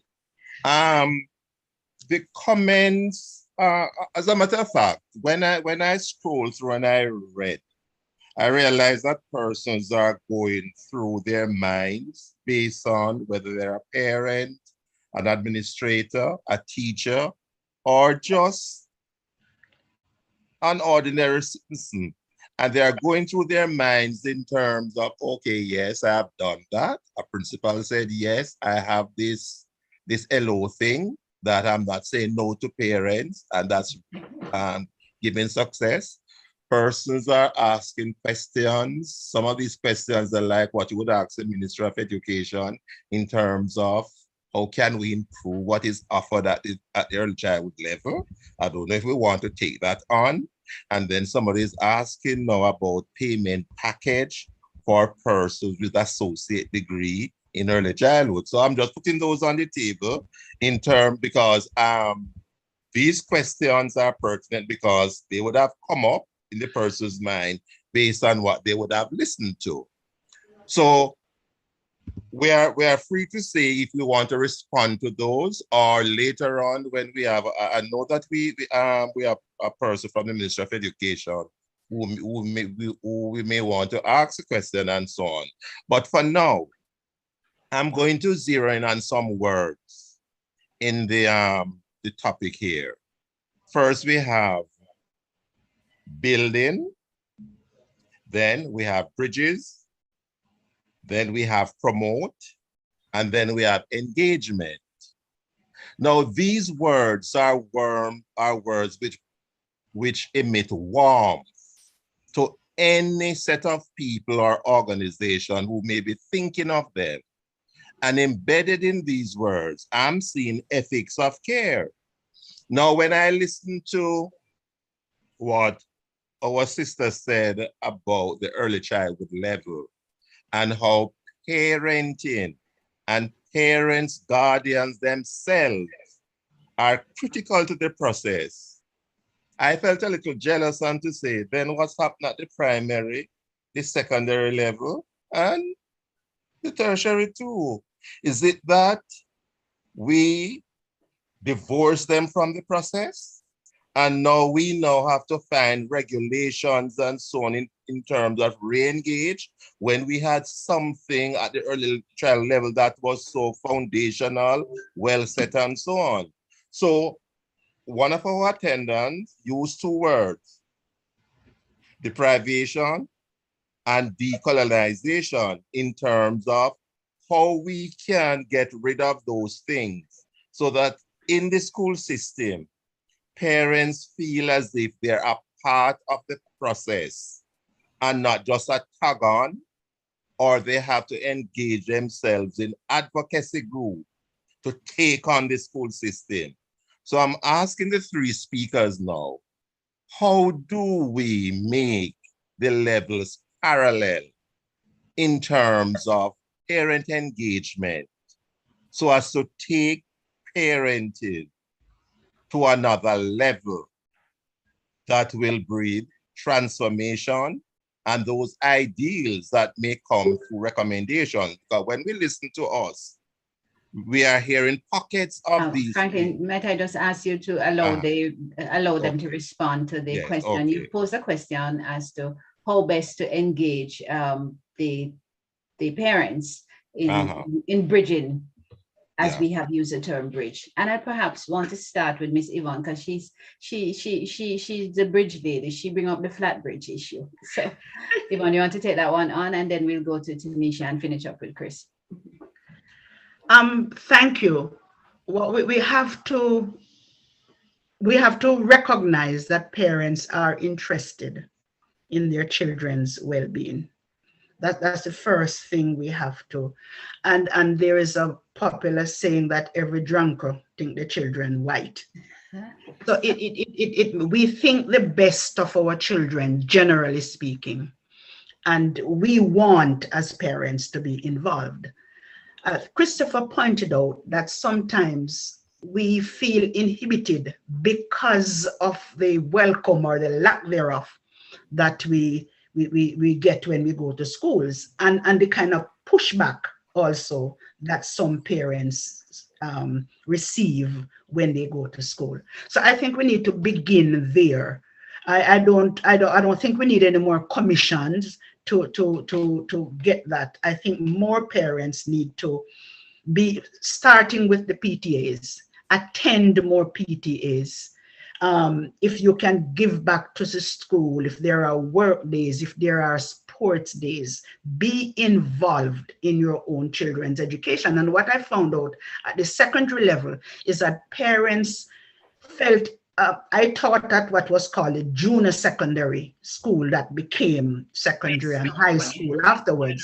And we found that if parents had to go to a PTA and they had two children, say one at St. Jago, my alma mater, and one at Yorton Secondary, those parents would opt for St. Jago. And we found that parents were unknowingly marginalizing their children by saying, your school is not as important. So let me just tell you one of the things that I had to do. I had to bring books from my children's school to where I was teaching, to show the kids, listen, you are just as good, just as capable. See the English book here, see the literature book here. You are using the same text. Yes. And you can do it, because children came to these schools demoralized. And even now, the new secondary, many of them are doing well, but they hardly ever are first school of choice. So parents need to know what's happening in the schools, and that they are quite similar in terms of educational level of teachers and principals, and that they can support their children wherever the children are placed. Thank you so much, Ms. Campbell. Tanisha, your take on it, perhaps with an early childhood outlook. All right, thank you. So earlier on, I spoke about equality and equity right across the board. And just now, our next speaker, Mrs. Campbell, she spoke about taking books from her home or from her children's school to the other institution. So one of the things that we try to engage in, when you look at the prep schools, for example, my child goes to a prep school in grade 1, and my child, she spells well and he speaks well. We want the same thing for our basic school and for our government school, the infant school, infant departments. That is why we ensure that we try to pump as much resources, starting with our government schools, which are the infant schools, because we want to ensure that everybody has the same opportunity. And you also have the same resources in obtaining or meeting that opportunity. So we partner with the Chase funds and stuff to get books for our institutions, manipulatives, and we try to ensure that we have our safe learner centers. So once it exists in one of those nice private prep schools, it also exists in our infant schools, infant departments, and in our community basic schools. So gone are the days when most of us, what we had was just the basic schools that Miss Mattie used to have, and we used to go there and sit and we used to learn. We now want to help Miss Mattie to help to develop our institution to say, Miss Mattie, this is not 25 and 30 years ago. So you have to get with the flow. And hence we also introduce technology as well. But while introducing technology, of course, we have to let them know that children below 2 years old, no screen time, let them have proper interaction with other children within the space, with family members. And of course, children 3 to 5 years old, it is just 1 hour screen time, and that 1 hour should be broken up in chunks. And we try to ensure that everybody gets the same rule and everything right across the board. I also made mention of Standard 10, which is one of the legal operating standards of the Early Childhood Commission out of the 12. So when our inspectors go to the institutions, they actually get check the institution beside the background of the 10th standard, which speaks to the interaction of the parents and the family. And we tell parents at the PTA that when you come, do not leave the child at the school gate and say, go on in to Miss. No, walk with the child. Introduce yourself to Miss. Know who Miss is. Let Miss know you. Don't wait until when it's something that comes up bad about your child that teacher have to call you. Have daily interaction and rapport with the teacher to find out, how is my child doing? My child is doing well, Miss. What can I do to assist? When you start building the relationship from there, it works out, and you don't have to wait until you have a work day or a cake sale before you start talking to the parents. Talk to the parents from the child is being registered at the institution. Tanisha, thank you so much for that. Chris, assuming that they sign that they're not wearing merino and the security is friendly and they get let in, what is your approach? What do you recommend for us? Unmute that little button there, Chris. The button, Chris. I want to obey the rules so much, not disturbing, so I keep I keep forgetting to unmute. I can't help but reflect on my days in teaching primary school, Yvonne Campbell, and a school which with a very strong history and tradition of involving parents. You know, I remember even as a young teacher doing home visits, but then that was country, right? That's country. Home visits. So if one of my students was reported as ill, I'm taking 1 or 2 others with me and I'm going to visit her, I'm going to visit him. And in that way, I also get to meet the parents. We also had class PTAs. So it wasn't just the big school PTA, but each class had its own small group, you know, that you could relate to. One of the points, and so the point I'm making, Sir Bennett, is the importance of relationship, building relationship with parents, and the leadership of the school has to take the lead. The school rises and falls on leadership. There's no other way. And as you notice, I said it was the number one driver, and I wasn't really putting them in order, but I gave that one first.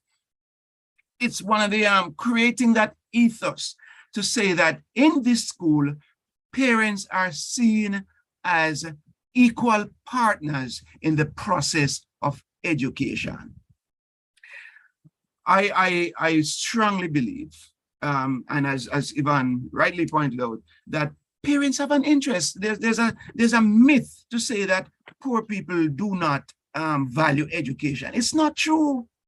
Most of them value, they want the same thing for their children that middle-class people want for their children. But what they don't want is disrespect. They don't want to be humiliated. They don't want to be embarrassed, you know, so they may not be able to, and they may not be as literate as someone with a college education or a high school education. They don't want that to be shown up, but they have a contribution to make. And we as a school will have to take the lead. And now with these national bodies, National PTA, National Parenting Support Commission, all of them with a function to help to develop programs to sustain higher levels of parent engagement. 2006, I think it's about time, I would say, Mrs. Campbell, that we get an evaluation of what the National PTA has done in terms of its mandate. You know, the other bodies came on later, the Parenting Support Commission, to carry out the national parenting policy. So it's about building relationship with parents. It's about showing respect to parents. It's about valuing every child, regardless of color, regardless of hair, regardless of address, but every child. I'm not talking about your hair, Dr. David Smith. I love it. I was almost offended. I love it. I love it. So whatever the situation is to see each child as equal, not children of a lesser God, but equal under God, and therefore deserving of the best that the school has to offer. It's not just about providing a seat. It's not just about providing a lunch, as important as those are. It's relationship. That's how you build bridges. Dr. Clark, I thank you so much for ending on that note. Ms. Tanisha Miller, I thank you so much for introducing us to the various apps that the Early Childhood Commission has and the ways in which you assess institutions to ensure that the start that our children get, regardless of the color of their skin, the style of their hair, or the family from which they have come, there is equity and equality across the board. And I certainly must go to our JP for highlighting what a bridge does. It gives safe passage. It provides access to, and we can fill in access to what and from what. But at the end of the day, it is our intention here today that this dialogue provoke sufficient thought and consideration amongst all who are attending here and all who will have the opportunity to view it, that building bridges with parents to promote next level engagement, family engagement, not just engagement, but family engagement, is pivotal to the advancement of our country, of our education sector, of the workforce that we hope to create that is productive and competitive. Ladies and gentlemen, I thank you so much for your dialogue today, for being so open and engaging to us all, and wish you all the best. Thank you. I wish to hand over to my chair, Dr. Gordon. Dr. Diana Davis Smith, excellent moderating. Oh, Mrs. Yvonne Campbell, Dr. Christopher Clark, Mr. Nisha Miller. Listen, this is such a very powerful discourse here. And I know that Mr. Franklin Bennett, there's so many questions there. Hopefully, as we go into the other segments, we might be able to bring forth some of these questions. We may have to come back and just have a conference just on this, because this is only the tip of the iceberg. You did an excellent job, and thank you so much. Thank you so much. I was told by Andrea that the chat is lit. The chat on YouTube, people are engaging. So that's very exciting. So at this time, we just want to sort of decompress a little bit, and we're going to have our comedian for the week. Principal Ethan McNamee is coming, and he's going to be entertaining us for a couple of minutes as we prepare to go into the next segment. So Principal McNamee, could you take it away for us? Thank you so much. Thank you so much. Good morning. Good morning, good morning, good morning, world. We are on to another beautiful day, giving thanks to God for his mercies and thanking God for what we have been doing all morning, talking about parental involvement, which is my pet peeve. I do have a project at school in that regard. But today, we just want to relax a bit and talk about Jamaica. It's been 60 years, and them say we now grow. So I'm just going to be presenting this original piece because my pieces are as original as I am. You never find another Ethan. You never find another a piece like this when we create. All right? And of course, give thanks because I'm a Myconian. 60 years and them say we not grow. But when you check it out, we have enough for sure. From emancipation to independence, we just dash where the pound, shilling and pence. Me say 60 years and them say we not grow. But when you check it out, we have enough for sure. From emancipation to independence, we just dash where the pound, shilling and pence. Check we out pan the music chart, pan the billboard, we have fi we part. Millie Small call a boy lollipop, but when he grow big, we call him gully bop. Shabarang Sean Paul, Shabarang Sean Paul, being a man, create ways to we little island, but try as them might like Mass Charlie, none of them can do it like Bob Marley. When we talk about sports on the scene, Jamaica produce enough king and queen. Courtney Walsh, Jimmy Adams and Ricardo Powell. Just some of the cricketers will make your head swell. We not normal when it comes to football. For we government never did a stall. Qualify for World Cup and we get holiday. Yes man, thanks to PG. Me say, yes man, thanks to PG. Both Shelley Vernica and Elaine. Them they athlete, they fast like plane. Give enough gold medal. Even Bob said and swimming put it on pedestal. One little secret when duty calls. The sunshine girls, them no ramp with them balls. Me say sunshine girls, them no ramp with them balls. Me say 60 years and them say we not grow. But when you check it out, we have enough for sure. From emancipation to independence, we just dash where the pound, shilling and pence. When we talk about invention, Jamaica a top nation. Eye drops, see glaucoma, we develop from we homegrown ganja. When it comes to education, the struggle is real, but we still a go along. Teacher use improvisation, but that bring out the best innovation. Task force, some of them go farm, cause they must do something outside the norm. But on a more serious note, enough nurse and teacher we export. 60 years and them say we not grow. But when you check it out, we have enough for sure. From emancipation to independence, we just dash where the pound, shilling and pence. We know say everything still no bright. Crime and violence, me say I give we a fight. Me don't know why we can't behave good in this land of water and wood. We outdo our country by a mile, but as you say, we blood start wild. Enough church on the little island, but somehow we still no one salvation. Father God, in your hand we put this one, cause we government a implement plan. Many strides we make through the years, enough, blood, sweat and tears. Many strides we make through the years, enough, blood, sweat and tears. But me colleagues, who take heart, make we continue to play for we part. Because when all is said and done, this a little rock our island in the sun.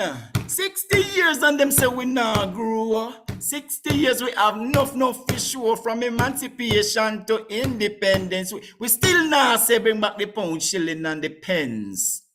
Thank you. Muted, Gordon. Unmute, Dr. Gordon.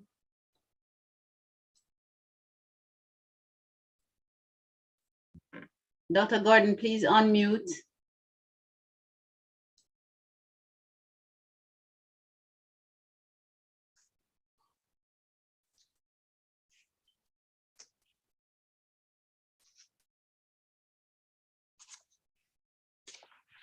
You're muted, Dr. Gordon.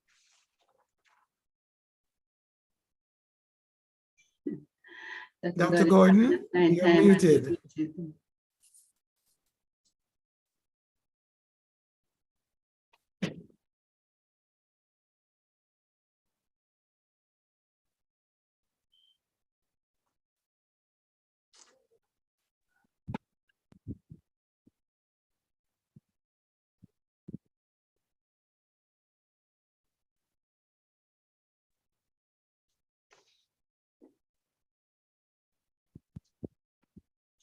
Dr. Gordon, you're muted. Oh my gosh, I was muted all along. All Yes, along. sir. I was I was giving this amazing speech and I can't even recapture it. And you wait till me done, you tell me, man, sure, you're going so. Oh, we had about 3 persons who kept I was saying, there were 3 ahead I of was me telling you. I didn't hear. I'm sorry, Principal McNamee. I'm saying let me make that one point. He's Mass Louis Bennett, all right? The male version. Excellent job. We're going to have to take him out of broadleaf and put him on the stage so he can get into his true calling, all right? Broadway, yeah, take him from Broadleaf to Broadway. And didn't our moderator, didn't she do an excellent job? And also the amazing speakers, thank you. We're going to have to probably have a whole forum on this where we dedicate the entire time for this. I'm going to think about that for next year when we plan for our activities, that we have something on this, because you guys just only touch the tip of the iceberg. Thank you so much. Without any further ado, I now turn over to Ms. Pauline Reed, and she's going to take you into the next segment. Thank you so much. Okay, making sure that I am unmuted. Thank you very much, Dr. Gordon. Okay, and welcome everyone. Good morning. I am so pleased to be here and doing my part for this amazing summer conference. So my task now is to take you through the next session, Optimizing Your School's Success Through Transformational Leadership. Sharing their experiences and thoughts are 3 remarkable presenters.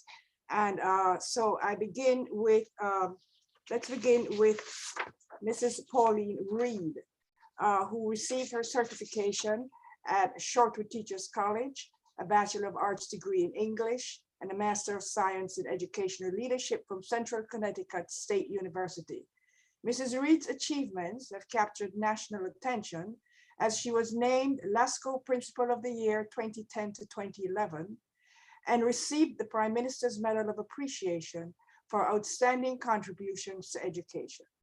She has served in a variety of positions, including President of the Association of Principals and Vice Principals, a founding principal of Holland High School, a member of the Advisory Board of the National College of Educational Leadership, and as a director on the board of Victoria Mutual Foundation.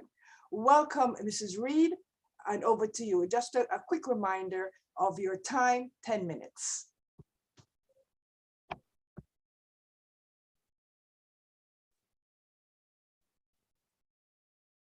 Thanks ever so much. I am indeed honored to be presenting to such an illustrious body. Thanks very much for having me.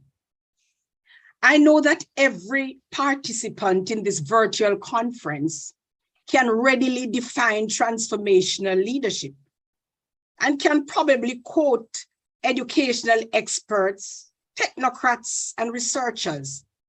However, the information that I will present, I hope that it will force us to examine our leadership practices.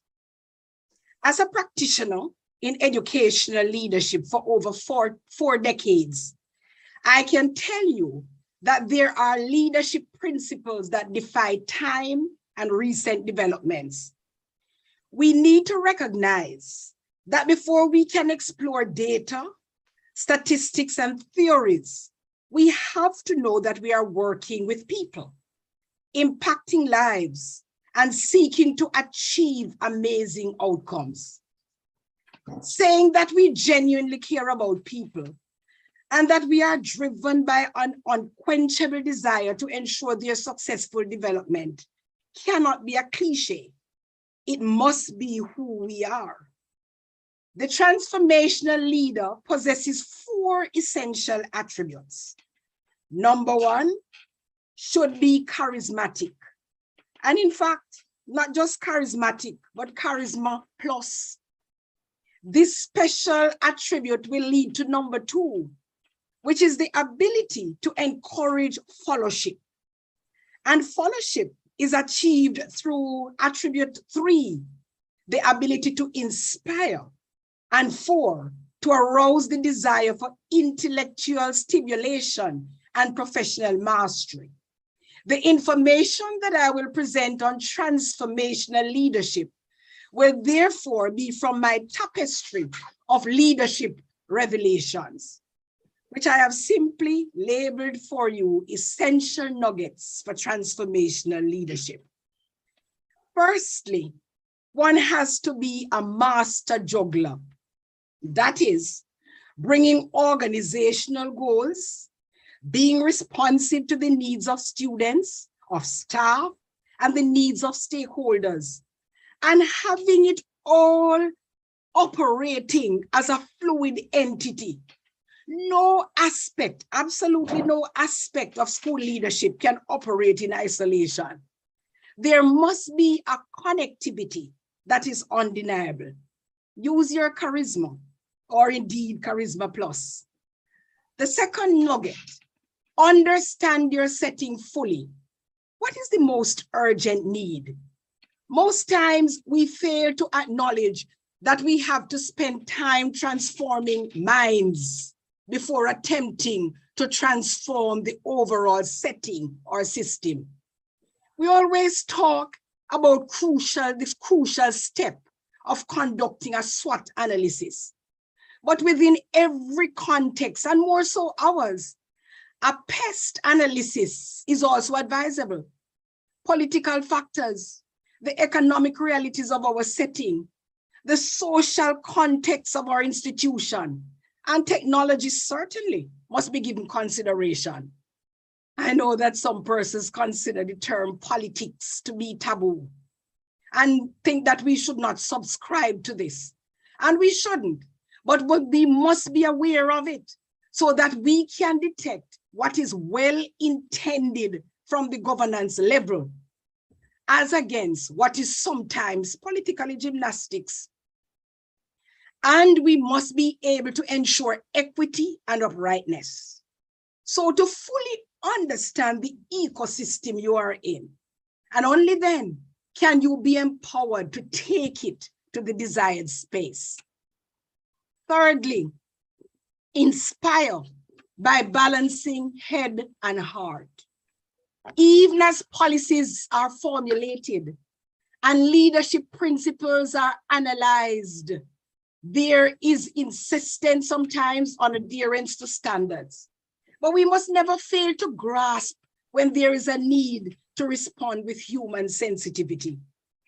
Because leadership is not about downloads, but more about inspiration. You have to determine the source of your inspiration. In the movie Invictus, Morgan Freeman asked Francois, the captain of the rugby team, a simple question. How do you inspire your team? A significant question for us to ponder. I know that we have read a lot of literature on leadership, but you have to determine what will this inspire you and inspire your team.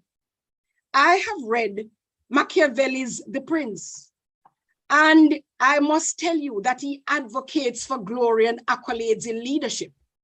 And there is a willingness to compromise principles to achieve this. He gives no credence to the human spirit and to moral considerations. A book such as this can leave you with no palate for transformation of lives. But then, Laurie Jones in her book, Jesus Christ, the CEO, has become the source of my inspiration, providing ancient wisdom and biblical principles for visionary and transformational leadership. We are probably all familiar with the book. If you don't feed the teachers, they eat the students. This is a writing by Neil O'Connors, whose style is laced with hilarity, underpinned by profound truths. This book highlights the need for our fourth nugget. Our fourth nugget is really professional development. This has to be ongoing and responsive to the needs of your constituents. It cannot be factory style, not done because everybody else is doing it, not done because it is overdue and the term is ending. But scaffolding and empowering your staff is crucial. Do you know that sometimes you have to subtly coerce development? Once you detect a gap, you can find ways of compelling development whilst keeping the person's ego and self-esteem intact. Staff development should communicate to the staff that they're valued and that you're making provision for their professional growth and to advance succession planning. I will say to you, do not fear visionaries and those with a growth mindset. They are important. Yes, empower them for greatness. Use their talents and abilities to further equip others and to drive transformation. And do not give up on those who seem to embrace mediocrity. Create a culture in which all practitioners are on a quest to be exceptional and phenomenal. Instill pride in their chosen profession. You can even change the jargon within your setting, and you will be amazed at the outcome of this simple act. Weekly planning becomes your weekly huddle or your powwow. Middle manager sessions can just be labeled your think tank. One practice I've developed and I continue to embrace is to have a professional development segment to commence all staff meetings. And whenever I detect a professional deficiency, I allow the individual to do research and present on that particular professional flaw. And I am here to testify that there has always been marked improvement. Then for the next nugget, you must be able to differentiate between a fad and a best practice. To me, a fad is doing it because everybody else is doing it. A best practice, however, is a set of guidelines on how to carry out a task to produce the desired outcome. So many presenters so far have emphasized the need for a full understanding of your cultural setting, so that when you look at a best practice, it can be tweaked, it can be tailored for your setting, and then it can transcend being someone's best practice into becoming your next practice. I will quickly insert a lived experience of serving in an informal community. And there was this obsession across the system at the time with the installation of CCTV cameras. But we were not having it because we had to be concerned not just about detecting and apprehending deviance, but more so about the emotional and psychological well-being of our students. We could not have created an invasive setting with their being under constant scrutiny. That was simply the setting that they had just left at home. We had somehow to compensate for their harsh social realities. So what did we do? We beefed up our social support programs. We intensified our human interactions. And this move engendered enviable trust between students and staff. Finally, I encourage us as transformational leaders. Sometimes you have to be a maverick. You have to exhibit the awareness that schools are for kids. And there is no getting around that. Do you know that sometimes we identify an urgent need, but we shy away from it because it was not mandated or dictated by the regulators? But it is a recognized urgent need. You see, now I hear us at all levels pontificating and bemoaning the absence of a character building component from the formal curriculum. But if you are transformational, you can get it into your program. You have to be creative. Moral instruction scheduled for just 5 minutes at registration time, or even rostering a 2-minute presentation for streaming to classes. And now, with increased digitization, probably a weekly digital challenge to celebrate a core value. So I end by encouraging us to seek to transform the system. As Lele says, Lego the bird of creative and transformative leadership ideas, and let it soar. Blessings. Thank you so much, Reed. We now turn to Mr. Franklin. You have anything to share with us? Mr. Bennett, Franklin. No, let us wait until the other Okay. two speakers. Okay. Oh, okay. Right. Yeah, that makes sense. Okay. We'll now move on to hearing from Dr. Dusset Edwards Watson.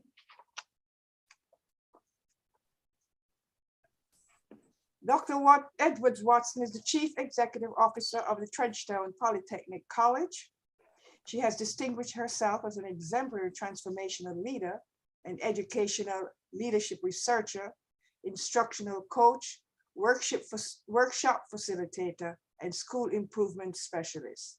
She earned her doctorate and a Master of Education at the University of the West Indies, a Master of Arts and a postgraduate diploma in education from the Indira Gandhi National Open University. And in addition, she holds a Bachelor of Education from the University of Technology, a diploma in teaching from Shortwood Teachers College, and numerous credentials in technical and vocational education. Welcome, Dr. Edwards Watson. Thank you so much, Madam Largy.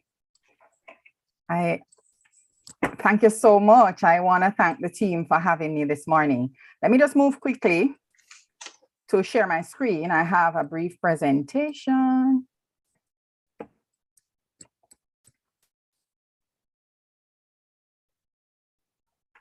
Okay, let's get going.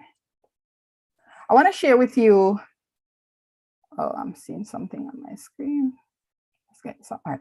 I want to share with you my experience at Trenchtown Polytechnic College. I want to thank you. This is the order of my presentation. And let me just jump right into it. I'm going to look at Transformational Leadership 101. I want to share with you how it is that I came into talking about transformational leadership on a large scale, look at the ecology of a transformational leader and how we're going to optimize success. And then I will welcome your questions at the end. So how did I get involved with all of this? Not sure why I'm getting some of this thing on my screen.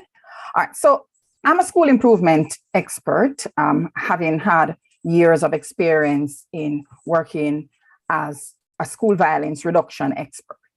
So in 2015, I assumed leadership of what was then called, what was called now the Trenchtown Polytechnic College, following the merger of Trenchtown High School and Charlie Smith High School. So the two schools now were merged into one.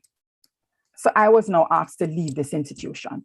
Now there was quite a bit of pockets of excellence. And why was I asked to do that? There were some pockets of excellence in Trenchtown High School, but there were several inefficiencies in terms of the use of resources, in terms of the weak return on investment. And there was ignominy in terms of student outcomes, in terms of those crime and violence, social violence in the community, and how it is that there was this thinking that we could get more out of the education at that institution. So how would I do that? I would employ transformational leadership. I had to envision the school with a new school with the staff in it, because I had already inherited the staff. And I had to act on my convictions, because sometimes we're asked to lead in terms of national development, but quite often we shy away when the task comes difficult. So I want to put it out there that transformational leadership is not rocket science. It's something that you and I will do, all of us tend to do at some aspect of our journey. So there were several change tools I could have used. I could use the cultural tools, but there are some cultural aspects of the school that I didn't want to perpetuate. There are some power tools, we could force them and whip them into control. But then I thought, no, that wouldn't work, because you're trying to build bridges. You're trying to now get into a new situation. And so you wanted to have partners as you did that. So I decided to use some leadership tools and some management tools. In terms of transformational leadership, however, I want to tell you that there's no one size that fits all. It's going to be relative to the vision you have, to the mission, and it will be contextual to some extent. It all depends on what it is that you want to do, what it is that you want to achieve. But there are some things that connote transformational leadership. There's team synergy and participation. You're going to expect that of your team. There has to be growth and development. So whatever it is that is your vision, is your mission, then you have to consider that growth and development must come from all that you do. There has to be motivation and productivity. You are now leading a team and you want that team to exceed expectations. You have to be able to put your institution in a position of competitive advantage. You have to be adaptable.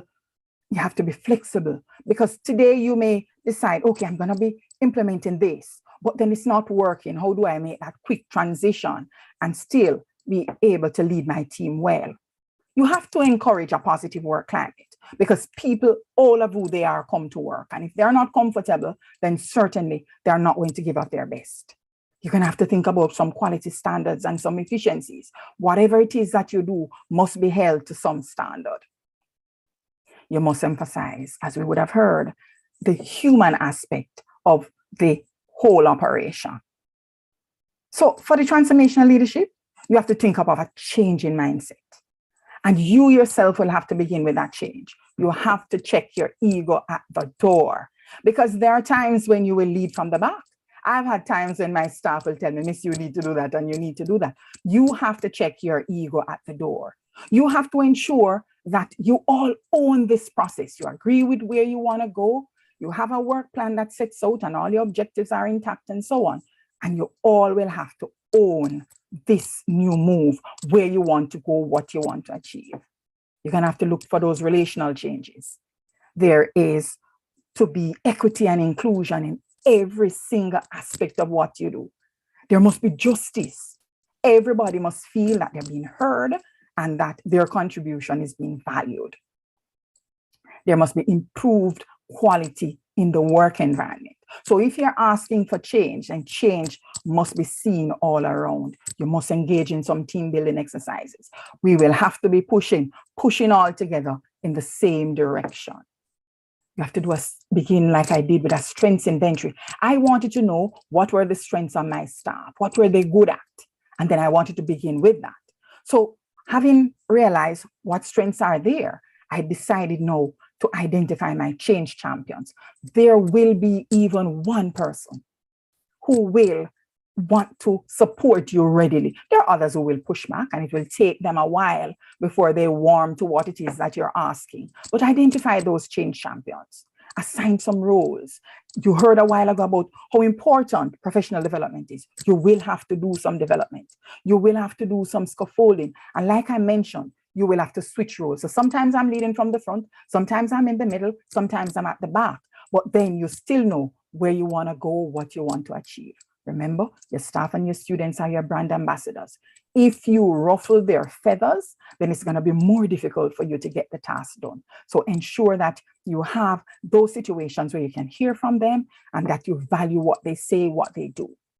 You have to manage this change. So whatever it is that you're trying to change, you have to manage that. And you're going to manage that with effective communication, open, frank communication. You want to do this too with positive reinforcement. So if something is going on and so on, find the positive in it. Start with what we call an appreciative inquiry. Start with the good first. So if I have to say something to somebody, something good, something negative, I start with the good. And then I find some way now to weave that little aspect that I would want them to change into that. Delegate and monitor. You cannot do this on your own. You need a team that will work with you. You have to value and empower. And when I say value and empower, I'm talking every single member of your team. They must know how important they are. This one I want to spend some time on, thanatology. Thanatology is actually talking about grief and how you manage grief and counseling. Remember, when you call persons to change, they would have held on to some old ways. You're going to have to coach them through the grief and the loss of those old ways. So it may take you a while. You may have to pull somebody out of the larger group, but certainly you're into thanatology big time. You may have to do some smothering techniques. So some things may pop up that you're not wanting to be part of this new culture. Find a way to gently smother that. You may also use team members to help you to diffuse some of that. You need to find some smothering techniques. And remember again, it's going to be using effective communication. You're going to want to ensure that you're not ruffling any feathers. Yes, you have to, sorry? No. There's active, you have to play active zone defense. She started at 11:06. Sorry? No, okay. All right. I'm not sure if that has been addressed to me, but to optimize, so those are some of the things you will need to do. To optimize your success too, remember, you have to put your students at the center of every single thing that you do. Positive student outcome is a given. And remember, it should be inclusion for all. Every single student must feel that they're a part of this and they're getting something out of it and that their contribution is valued. Remember too, you're going to need some quality student services. So ensure that those persons who are into student services are persons that you're going to be monitoring carefully to ensure that what your students get off will be pleasing and that the outcomes will be positive. Your curriculum, the curriculum is part of what is going to make your school successful and part of what is going to denote you as a transformational leader.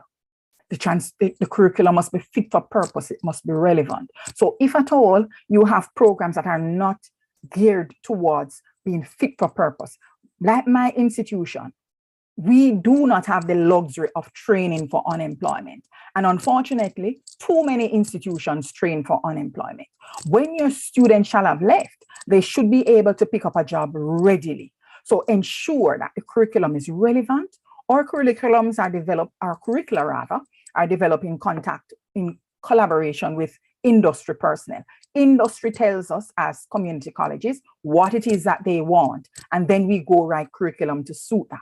So the curriculum must be fit for purpose, it must be relevant. And as soon as it is that we would have met particular needs in society, we should really be pulling back on those because we do not want to have an oversupply of trained personnel in any one area. You need, as a transformation leader, to watch how your curriculum is being implemented. You need to watch how it is being monitored and how it is being measured. And by measured, we're talking about assessment. So you're doing assessment as learning, assessment for learning. And remember too that the curriculum has to be effectively resourced. We heard this morning of some of the ways in which we could get some additional resources. So we're going to see how we tap into that. So your staff too, pay attention to your staff. They must always be on task. Share the spotlight with them. If it is an idea would have come from them and you would have decided, yes, as a team, we're going to be moving with this, they get the spotlight. Everybody knows the idea would have come from Miss Brown or Miss Batchelor, as the case may be. Your staff must be empowered. Wherever my students see a member of staff, they know they see me. So they know if it is that action is to be taken, they take the action. And then they let me know soon after what it is that they would have done and how it is they did it and why they did it. And quite often we can agree, yes. If it is that something needs to be fixed in that, we could say, yes, but maybe next time you could do that. But they are empowered to act where they are when things are happening. Again, you see professional development being big. Ensure too that they're into research and scholarship. Yes? You have a minute. Sorry, great. And that you're going to be sharing the leadership with them. We have to understand too that transformational leadership is a privilege. As the principal, as the leader, you are one of the key drivers of success. Watch your personality. Be knowledgeable about what you do. You're going to need a spiritual anchor and make sure you take good care of yourself. Ensure that you watch for that compassion fatigue and all of those things that could accompany your role as a transformational leader. So in summary, people matter, resources matter, communication matters, the environment matters, and above all, your self-care strategies are really, really crucial. I thank you.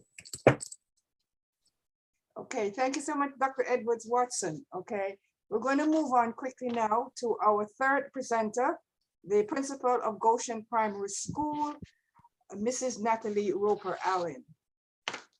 She's a result of driven administrator with over 26 years of classroom experience. Mrs. Roper Allen is a family and consumer studies specialist in teaching exceptional children, justice of the peace, child division, diversion officer, and a trained mentor. She leads as a mentor for the Church of God in Jamaica, National Bible Quiz Coordinator, and is chairman of the Christian Education Committee for Region 2 of the Church of God in Jamaica. Additionally, she serves as an executive member of the QEC 40, that's the Quality Education Circle for Region 5. Welcome, Mrs. Roper Allen. Go right ahead and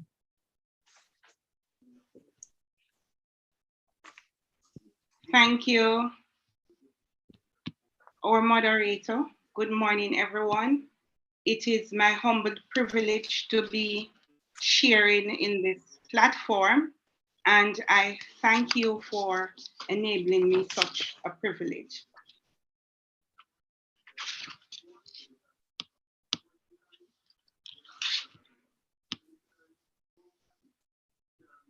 Just allow me to share my screen.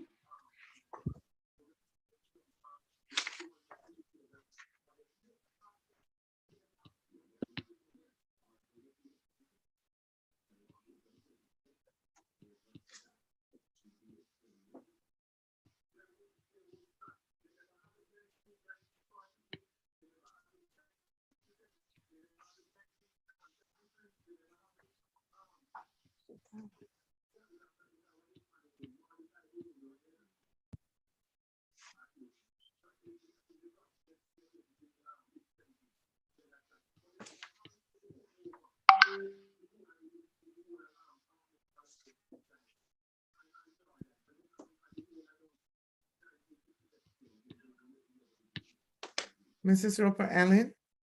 Yes, I'm here. Just hit the share button and you will be able to share. I'm doing so.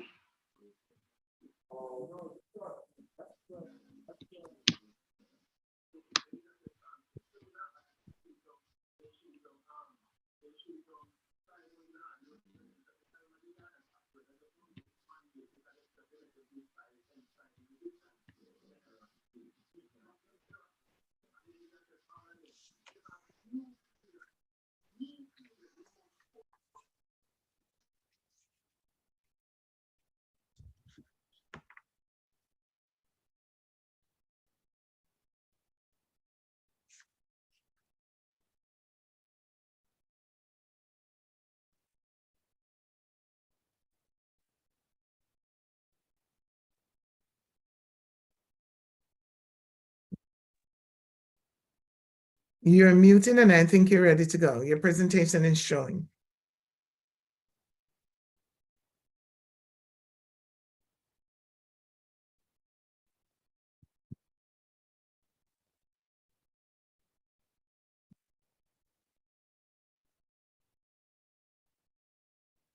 muted.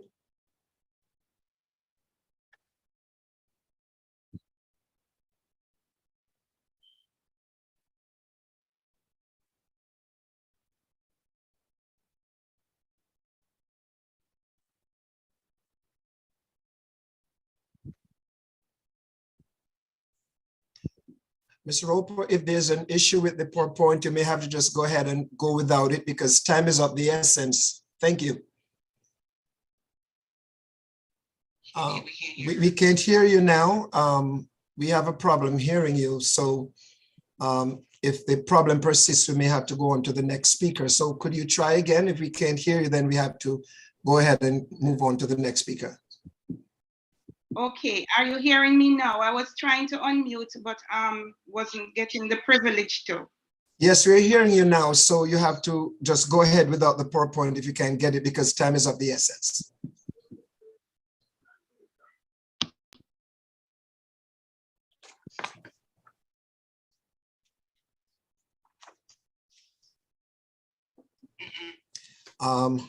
I think we may have to take an executive decision. Mr. Roper, we can't hear you. Now we see the PowerPoint, but we can't hear you. Could you unmute, please? Okay. Yes. Are you hearing me now, sir? Yes, so just go right ahead. We've gone about 4 minutes out of your time already, so you're going to have to curtail it. Go ahead. No problem. A transformational leader focuses on restructuring. As you restructure, you have to think outside of the box, putting a spin to the norm and effect the change that you desire as a leader. There's a story of a Jamaican living in New York with a fancy car, a BMW that he wanted to park somewhere, and to ensure that when he's on vacation in Jamaica, that this car is safe.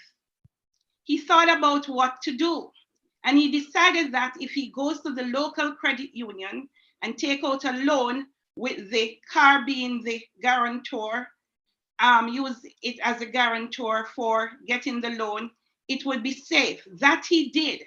And when he returned, he only paid almost $15 for the safety of his car. What does that have to do with us as educational leaders? It means that we have to assess our situation, identify what needs to be done, and move towards making the change. As an effective transformational leader, we have to have what we call aim in mind. Assess, analyze your school environment to see what needs to be addressed. Identify your targets or your goals and move towards addressing these. And more than anything else, solve the needs in a timely manner. These needs for your institution might be infrastructural development, improving grades, improving literacy or numeracy, building social skills, professional development, or personal development for your staff and other stakeholders, and more importantly, to self-care. This morning, I want to share with you my story. I wanted to get my PTA support, and to derive this support, I had to investigate about when was PTA meeting, how many persons would normally turn up. As a new principal, I ensured that from the investigation, I identified new communication skills or target points that I had to use to ensure that the parents were out for the PTA meeting. I gained the interest of the students. I said to my students, please raise your hands if your parent is coming to the PTA meeting this afternoon or next week, depending on when I'm asking the question.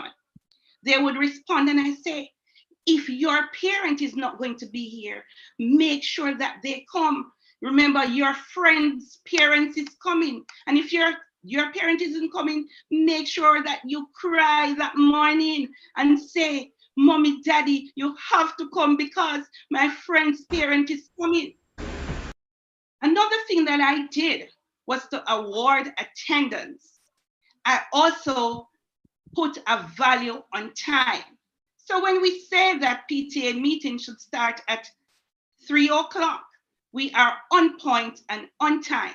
Anybody who is late would have missed something, would have missed the opportunity for the spot prize or special recognition. So as a transformational leader, you need to mean what you say and say what you mean. You also need to form partnerships. Forming partnerships will come from every level, or it will be necessary from every level. It will be necessary with the students, with the teachers, with the other staff members, with the community, and of course, your other colleagues in the business. You need to take a holistic approach to the matter of being a leader. Look at it as attempting success, attempting excellence from all angles. So there will be need for staff empowerment, parents' involvement, and student support. Importantly, you must be genuine about the cause. Keep your promises. When you cannot achieve something, be honest about it. Be honest about your school's situation. You need the roof to be repaired. Speak to it. Say why it is necessary to get this done.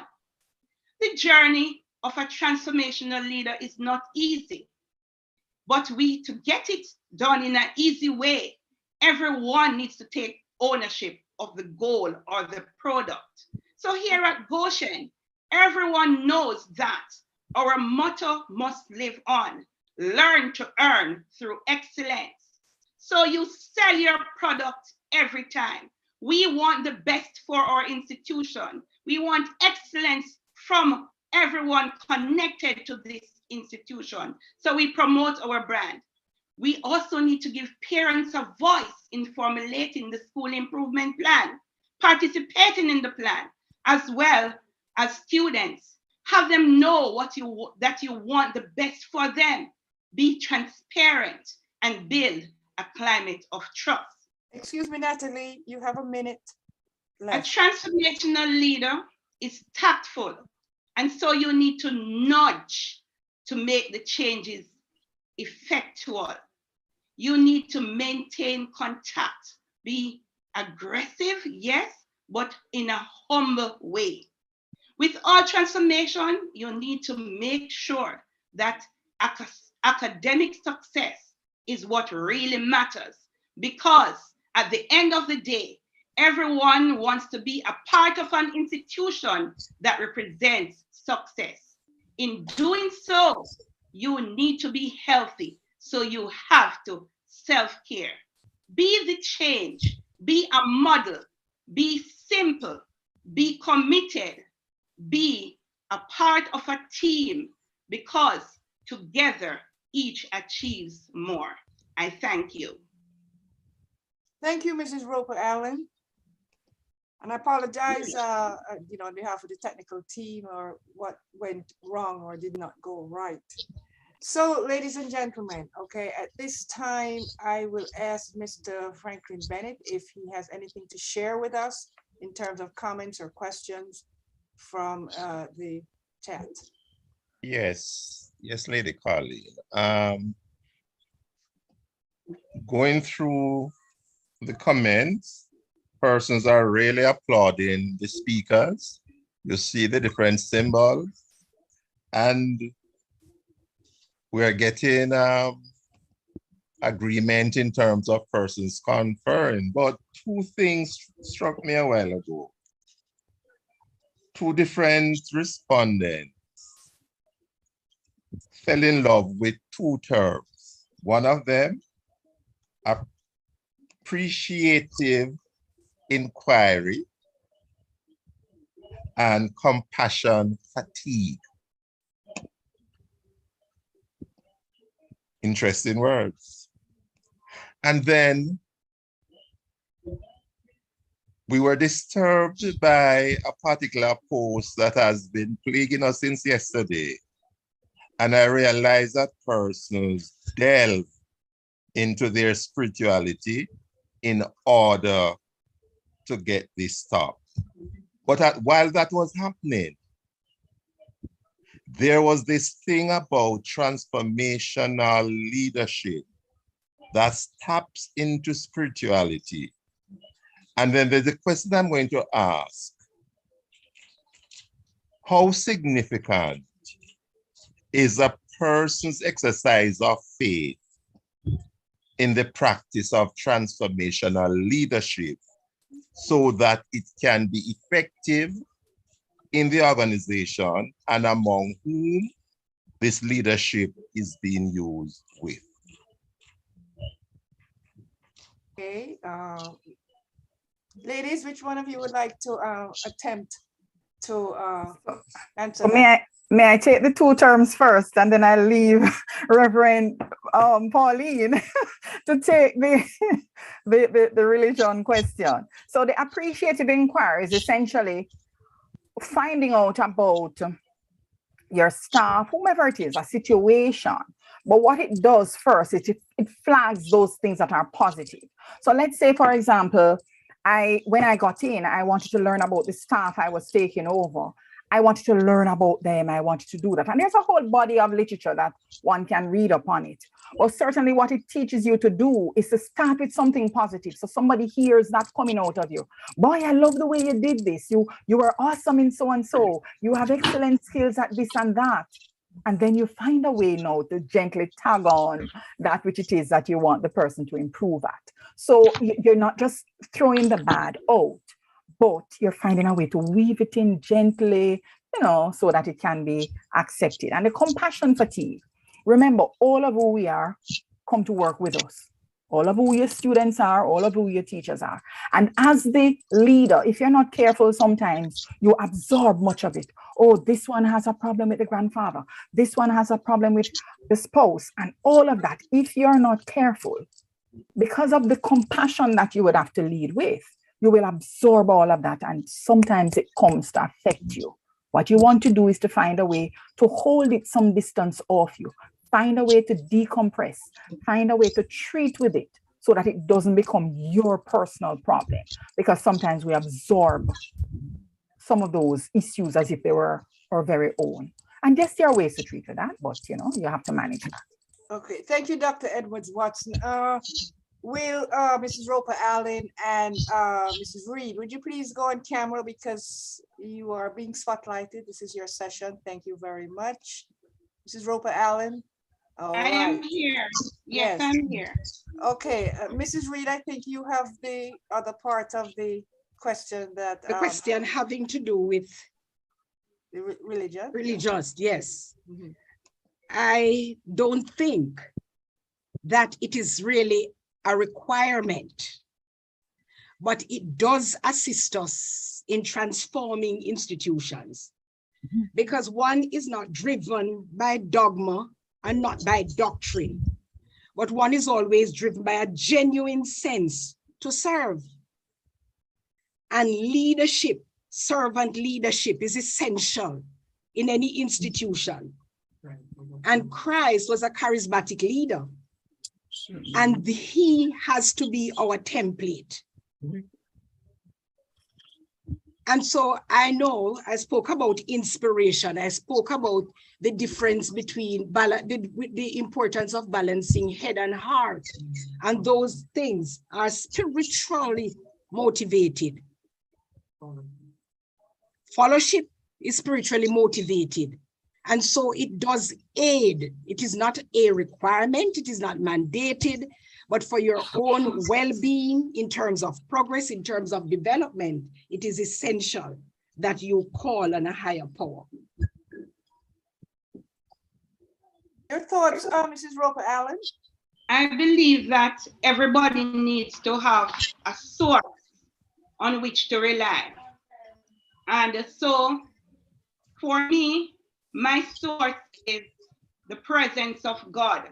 I believe in the word that I can do all things through Christ who strengthens me. And so it is important to have a power source to tap into. And so some of the issues, some of the problems that we face from day to day, we need to have another perspective, another reliance, another shoulder to lean on to deal with the issues, apart from our colleagues, because it is important to be able to call on someone to get another point of view, to get another vantage point in handling an issue, and to get suggested best practices. So I do that, consult with my other colleagues, both internally and externally.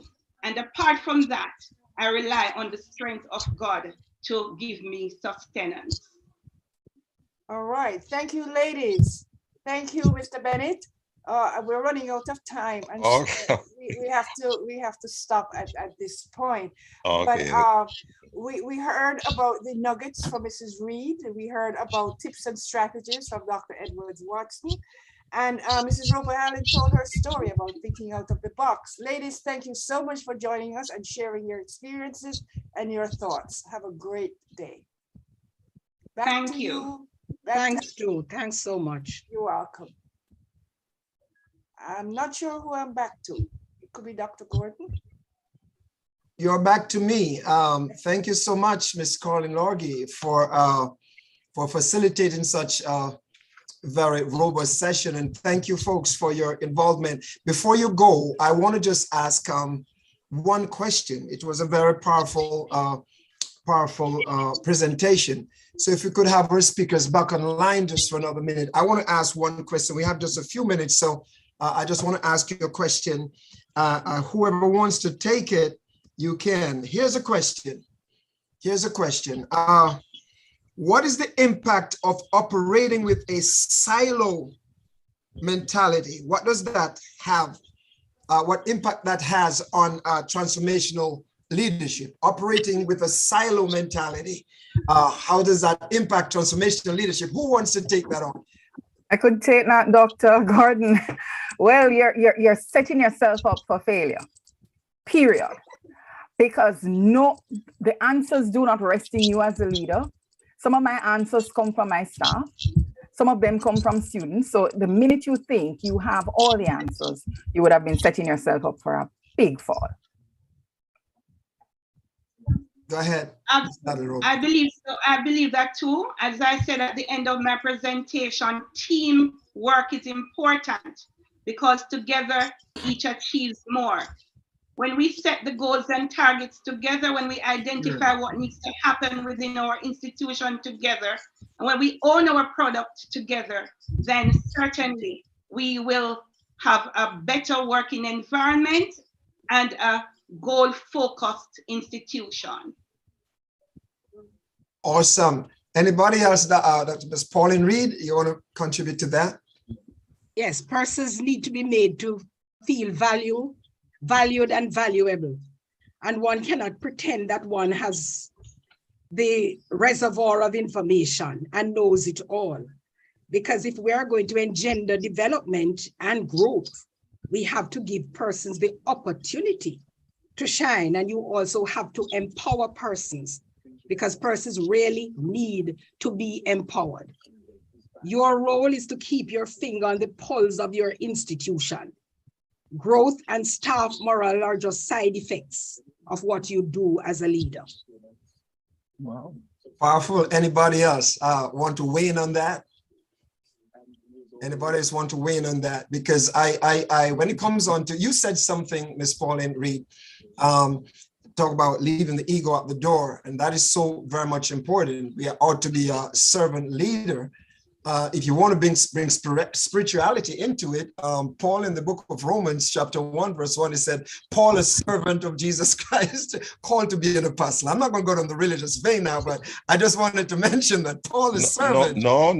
Don't apologize for that, my brother. Don't apologize. Yeah, Paul is, I don't, I'm profoundly. not apologize, but I have to respect that other people may not have a religious perspective. But I just want to mention that he was first a servant and then a leader. And servant leadership is very important because the morale of the environment, the climate and culture is so of paramount importance in education. And we really have to. You're muted, Dr. Gordon. All right, my thing is muted. We have to move away from the autocratic dominance approach, and we have to look in the mirror and do reflection as leaders, because if we don't do that, then we can create an environment that is not conducive for teaching and learning. I just wanted to add that little piece to it. All right.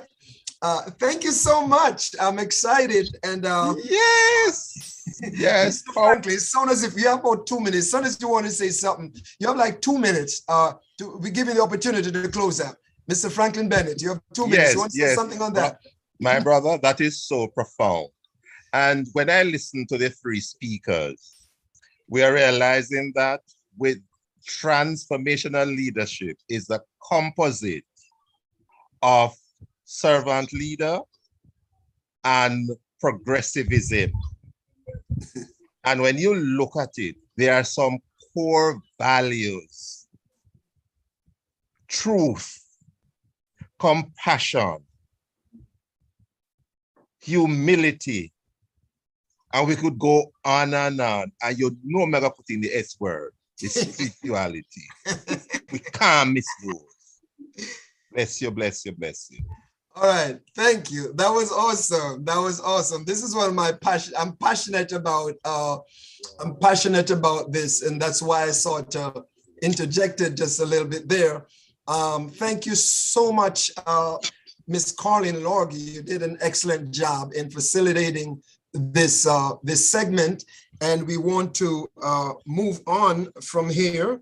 But what we want to do at this time, we want to bring in our comedian again. Our comedian who has been doing a fantastic job. He's sort of bringing us on the debriefing session. Mr. McNamee, are you ready for us, sir?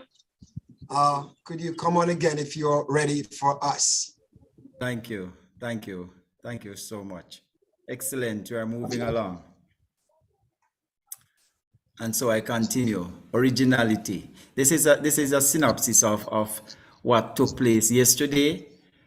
Today, since we started today, all information written was intended for fun.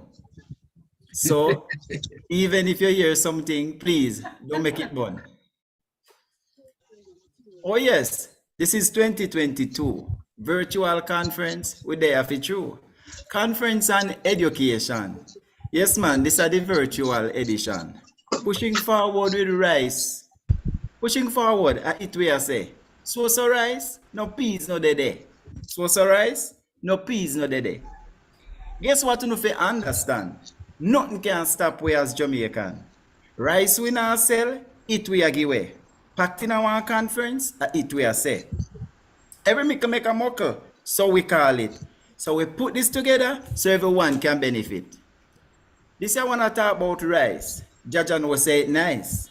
We are talking about rice without peas. If you're allergic, it will make you sneeze. From the start of day one, opening session, opening address by the one Saman. He mix up the rice and add some spice. Wet with taste bud, easy no man. Then him turn we over to the one Leslian. The one Leslian, she not easy no man. A small giant in her education. Leading out the panel discussion with Dr. Chin and them other one. Best practices was the buzzword. But if you follow that, then we call you a nerd. But in a classroom all over Jamaica, good things are gone with some teacher. Only drawback we have with that, we not have the recording to share with the lot. Restorative justice was next in line. This year one will help we fight crime. Pregnant with information, the panelists them did a galang. This is serious and a joke. What the teacher them did a take note. Wake up to another day of the conference. Man, we start out with excellence. Parental involvement, it we are talk about. Even if somebody did just run up him out. But truth be told, it's not easy at all. When parents involved, it depict them no style. Next, the spotlight turn upon the leader, because some of them for truth, young like cedar. Next, need the training to make we grow. So it on the institution, it will show. One more session left to come. Me sure say it will not be outdone. Cause we have 3 doctors line up to so participants, turn up uno cup. Because if there's one thing me know about Dr. Clover, she no left nothing under the cover. Enough entertainment did go on. After all, a Jamaica we born. Miss Nicholson agalang good for true. And she had tried to behave like Miss Lou. But I, as a Jamaican, me no mock Miss Lou, cause me a no mass run. Me just want to still call me Ethan. Thank you.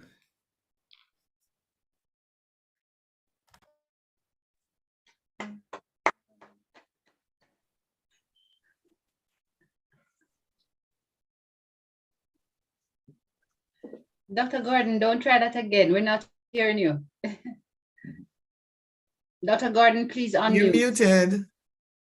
Oh, they just start charging me for not unmuting. I was so taken up in what he was saying, laughing to myself. But listen, I don't care what you say. I'm not going to stop calling you Mass Lou. Anyway, thank you so much. We up to the grand finale. This is our last segment where we're doing great with time. And I'm going to thank you again, Ms. Corlin Lorgie, and for the team, the panel. You did an excellent, excellent job, and you're doing great with time. We're doing great with time. At this time, I'm going to be calling Dr. Colin Wolf, who will be moderating our last segment. I can't believe that it's coming to an end. At this time, without any further ado, I'll turn over to Dr. Colin Wolf. Go ahead, Dr. Wolf. Thank you, Dr. Gordon. Good morning, everyone. I trust I find you well. Once again, the honor has been conferred on me to create the third in this series of panel discussions this morning. And I must tell you that I have found the two preceding ones so very much informative. I have the honor of working with three of Jamaica's leading female educators. I will mention their names in order, and then I shall also read their brief bio, and then they will be reminded to speak for 10 minutes each, after which the sessions will be open for question and answers. Those questions will be harvested by Mr. Franklin Bennett, and he will simply state the questions or comments, and the panelists will respond and expand on them. So let's begin by paying attention to Dr. Diana Davis-Smith, who is the president at the Catholic College of Mandeville, Manchester, from where I come. She's the first Jamaican to serve in this leadership position. As president, it has sought to reinvent the Catholic College of Mandeville's offerings and ensure adherence to local and international tertiary education benchmarks. Dr. Davis-Smith is a certified coach and trainer of emotional intelligence and restorative practices, and she's currently designing the training of all CCM teachers. Although she is a public speaking lecturer at CCCM, her academic background is quite diverse, with a master's degree in business administration, majoring in management from Nova Southeastern University, which provided her with the skill sets and qualifications for a sterling career within the banking sector. In the year 2010, Dr. Diana Davis earned her PhD in education. Moving on to Dr. Donna Powell Wilson. She's the executive director currently of the Council of Community Colleges in Jamaica. Dr. Powell Wilson is a consummate professional and has a particular interest in mathematics education, curriculum, and instruction. She also has an interest in educational leadership and technology. Her professional qualification spans Doctor of Philosophy in Curriculum and Instruction from the Northern Caribbean University. She holds a Master's of Science in Educational Technology from the University of British Columbia, Canada, and another Master of Science in Educational Leadership from Central Connecticut University. She has a Bachelor of Science in Education from the University of the West Indies, Mona campus, a Diploma in Teacher Education from Patsy Garden Teachers College, now College of Agriculture, Science and Education.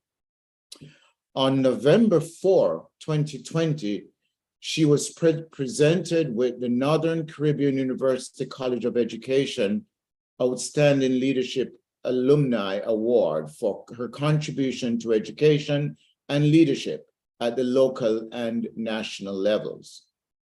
She is a board member of the Tarrant Primary School. her alma mater, a member of the Curriculum Committee of Nursing Council of Jamaica, and a co-founder of EdTech Jamaica, where she developed training resources for integrated tablets in Jamaican schools. Finally, Dr. Powell Wilson is a Justice of the Peace for the parish of St. Catherine, right there in Jamaica. Last but certainly not least in the sequence is Dr. Clover Hamilton Flowers, who is currently the Acting Deputy Chief of Education Officer for Curriculum and Support Services. She collaborates with various units and agencies of the Ministry of Youth in ensuring the development of a national curriculum that is consistent with policy and standards. Currently, she provides leadership to the units responsible for developing and implementing solutions to problems in special education, in guidance and counseling, in curriculum and educational technology. In addition, she has contributed to various initiatives for the professional development of education officers right there in Jamaica, as well as for classroom teachers, educational leaders, and teacher educators in multiple contexts, locally and abroad. Other areas of work and experience include policy development, planning for an emergency in education, reflective/reflexive leadership, coaching and mentorship. And she has also done work in research mentorship and spiritual counseling. You can see that this cadre of panelists are steeply dubbed and well-informed with modern research information. And so without any further ado, I'd like to step aside now and invite Dr. Diana Davis-Smith to commence the conversation amongst the panelists this morning. Conference chairs, thank you very much for this opportunity. Moderator, thank you much for the introduction. Colleagues, fellow panelists on this dialogue here, I was perhaps feeling a little bit intimidated by Principal McNamee saying that all three doctors were up. And then now we are forced to deliver at another level. But there's always an exception to the rule, and I will assume that exception. The topic we're being asked to speak on, optimizing your students' success through equity and excellence in instructional practice. It begs of us a few questions. And for me, it begged, what is instructional practice? What is equity? What is excellence? What is equity and excellence? And really, what is success? Success for whom? Success as measured against what?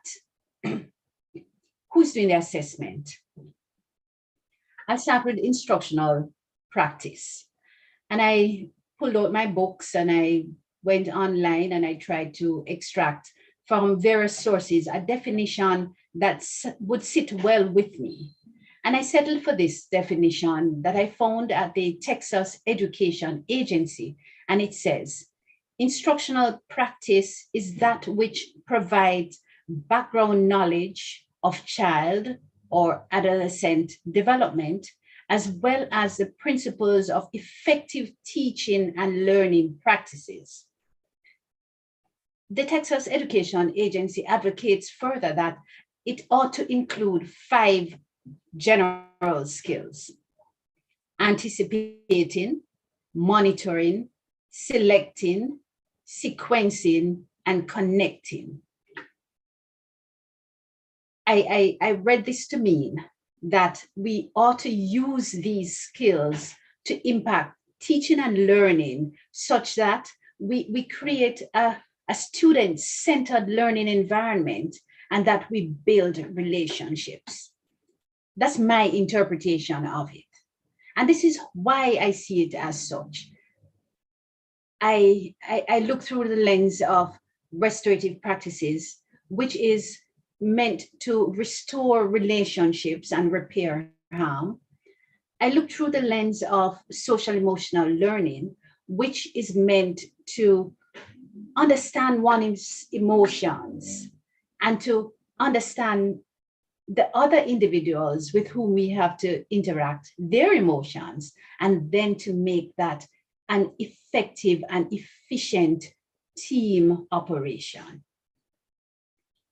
In the space of tertiary education, we're not molding children. We have to mold, we have to attempt to change in some instance. We have to impact adults who are already perhaps set in their ways, in their approach, in how they see things. So monitoring, selecting, sequencing, connecting, anticipating, these skills are best practiced with a sound understanding of one's social emotional learning skill sets. And Dr. Gordon just mentioned too, servant leadership. Perhaps servant leadership really belongs in this space, particularly in higher education, where one needs to, according to Pattison 2003, one needs to understand one's own capabilities and recognize the capacity and the competence and the higher skill sets and of others within the sphere within which we operate, and then task them with the duties that they are best suited for. So servant leadership is one of those areas that really belong in higher education, in instruction, in instructional practice, in attaining excellence, in attaining equity. It is not my intention really to give 10 minutes of rehash of definitions. Everybody can look that up. So I'm going to look at how we as Roman Catholics give our instruction, how we see, what are the lens with which we see education. We see it through a lens of what is termed social justice. And social justice is in education is a relatively new idea for some. It perhaps has limited evidence-based research to support the benefits.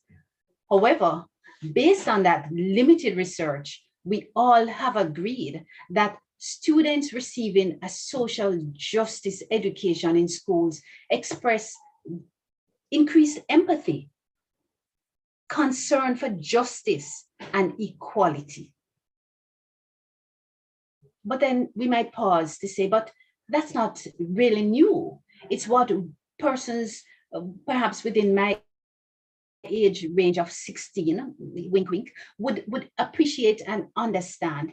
It is what was inculcated within us when we learned little gems, when we learned little things that we had to recite at the start of each day, when we learned how to share things, when parents, as Chris said, were more engaged in their children's instruction.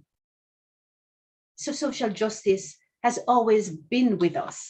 It has always been in education.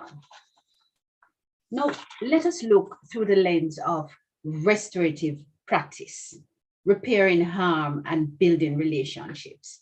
How in tertiary do we infuse restorative practices such that there is no measure of shame for an adult, because we have a tendency to be a little bit full of pride, perhaps as adults, than we were when we were much younger. How do we make instruction and guidance such that an adult will absorb it without that feeling of shame? How do we structure the language that we use to our adult learners in tertiary so that they don't feel like we are talking down to them? How do we give an instruction or give guidance, perhaps more than instruction, to an adult learner, saying to this adult learner, this is what we would prefer, or this is what is best, without making that person feel in any way less than? It is an understanding of the principles of restorative practices and the careful application of them. Let us divert into alternate certification, perhaps, that educators at the tertiary level ought to consider. We give these educators a class of perhaps 15 graciously and not 40 for 3 days, to lecture for 2 hours on each day. And at the end of it, we expect these group of students to be excellent, to be a production of excellence. Excellence, which is usually measured by not our own local circumstances, but by international competitiveness. Are we being fair to the lecturer at the tertiary level in expecting them to optimize student success through equity and excellence without giving them the skill sets that they need to manage this differing group of individuals, adults, whom they're tasked to make excellent? This is where managing one's emotion comes into play. This is where understanding social emotional learning is critical for educators. This is where managing self in order to manage others is imperative. This is a skill set.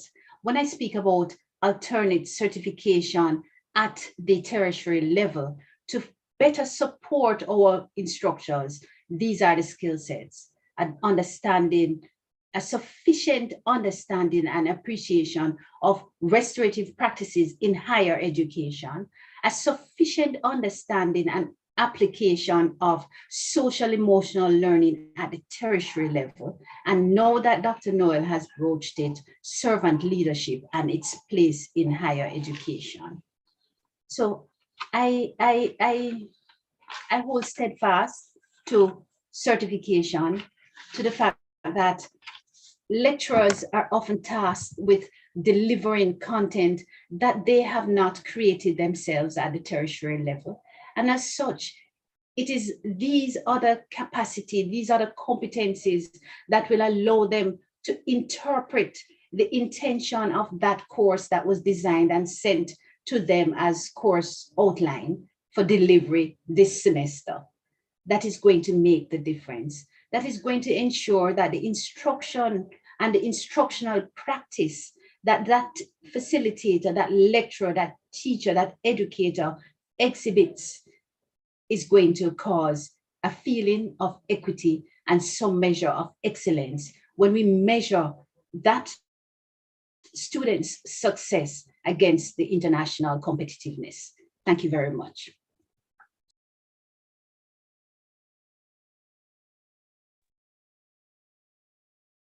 Dr. Wolf, if you would unmute. Thank you very much indeed for that lovely presentation. I have extrapolated about 4 or 5 major points from your brief presentation this morning. You focus on social justice, which I wish you had time to explore some more. You've also talked about servant leadership again, and you've talked about restorative practices. You talked about social emotional learning, and you've also talked a little about alternate certification, all within a reflective thinking framework. So I thank you for maximizing on your time so efficiently, and yet for having brought us into consciousness to these 4 or 5 very important subtopics. I'm going to change the sequence of the presentation. She's here, Dr. Wolf. She's ready. Here? Okay, very well indeed.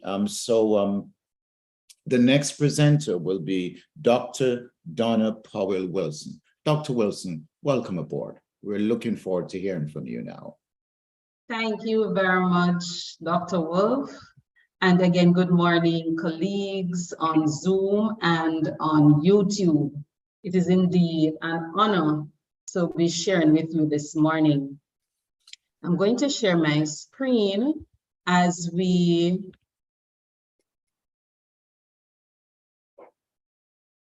look at optimizing your student success through equity and excellence in instructional practice. I want to draw our attention to the Sustainable Development Goals as per the United Nations. And in a report, in their 2022 report on SDG 4, which is quality education, ensuring inclusive and equitable quality education and promote lifelong learning opportunities for all. There is some analysis here. We are aware that the pandemic has deepened the learning crisis, not only in Jamaica, but globally. We are also aware that we have some students in Jamaica, some learners in Jamaica that we are still trying to find. The UN is saying 24 million learners from pre-primary to university may never return to school, and that's for a number of reasons. We recognize that education is a lifeline for children in crisis and just about for everyone. We recognize that the inequities in education, some of those have worsened during the pandemic. We are also made to know that remote learning is offered to 3 million learners, children, while the chaos is happening in Ukraine. But with all of that, the report is telling us that many countries are improving school infrastructure as classrooms reopen. So globally, 25% of the schools would lack electricity, drinking water, basic sanitation, and 50% would lack computers, internet access. So with all of that is happening, colleagues, we are still expected to optimize our students' learning through equity, excellence, and instructional practice. And my presentation to us this morning will come from the background of the SDGs, and I will be focusing on transitioning from secondary to the tertiary level. So we are aware that annually there are approximately 36,000 students who would exit the secondary school level, that's grade 11, for post-secondary education, whether it is sixth form, whether it is associate degree at our institutions or teacher training institutions, but we have 36,000 students that we have to prepare for. Now, how do we prepare for these students? And I'm going to be speaking to these 6 points: flexibility, access, student retention, stackable credentials, student services, and of course, technical and vocational education and training. When we speak to flexibility, we have to ensure that our program offerings are so flexible that they will attract these students. Flexible in what is it we are offering. Are we still offering programs that we started out with 40, 50 years ago, 60 years ago to our learners? Are we looking at the modality? COVID-19 has shown us that learning can take place outside of 4 walls. A number of our learners, and those who are coming from the secondary school, they would have many reasons not to continue in a 4-wall enclosure type of learning. So we have to now look at 1, either remote learning, 2, online and distance learning, or we look at a hybrid approach. Access. How will these students access, these learners access what is it we are offering? Again, with what is happening in our economy, Not many students, even though they're leaving from secondary school, they have many challenges that they need to attend to. They are not able to commit to 2 years full-time studies for an associate degree program or to 4 years full-time program for a bachelor degree. They have other responsibilities. Yes, in Jamaica they do. So how are we going to meet access to them? They need to get their certification. So we have to ensure that these learners can access the program, whether it's going to be in what is now called micro credentials. So it's in smaller chunks. We called, prior to the new term micro credentials, they were referred to as short courses. It's the same thing, but these courses are to be so designed so that having completed them, the learner will be able to either seek employment or to create their own employment. Now, having the students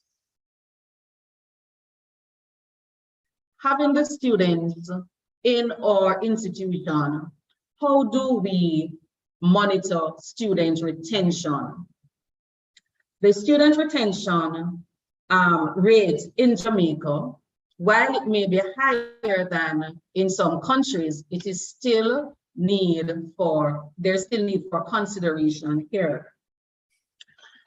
We have the students, they start the program, no, they do not finish. Why is it they do not finish? There are many reasons for that. I would have alluded to earlier, not all learners at this time want to sit and be confined to 3 continuous years or 2 continuous years of study.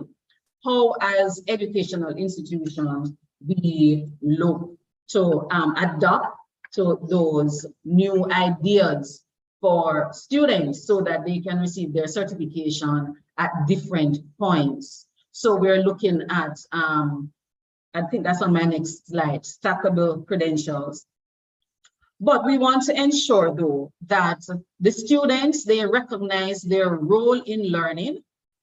The institution recognize its role in ensuring that the students are successful. So the first day of class is about setting the expectation for collaboration, engagement, and inclusion. So learning communities are going to be built from engagement and discussions, inclusion, talking about inclusiveness here with the learners. We want to ensure also that the environment to support teaching faculty is in place. I think it was Diana who spoke earlier, or one of the earlier presenters, about professional development for faculty. Faculty will need the support in creating this environment so that student retention can be maximized. At minimum, yes, faculty must not only teach, they will also be required to be mentors, advisors, researchers. Yesterday, someone spoke about being doing applied research, and they need to serve. Faculty are leaders in their own right, in their own space, in their classrooms, in their learning environment, so they need to serve as well. Now, if faculty members are to do all of this, then they must be given the proper support. These could be, but not limited to, incentives, rewards from within the institution system to focus on excellence and in creating learning communities for our children. And thirdly, in looking at student retention, how we can improve our throughput rate, do not blame the students. It is not uncommon for perspectives on student retention to focus on what the student could do differently to persist.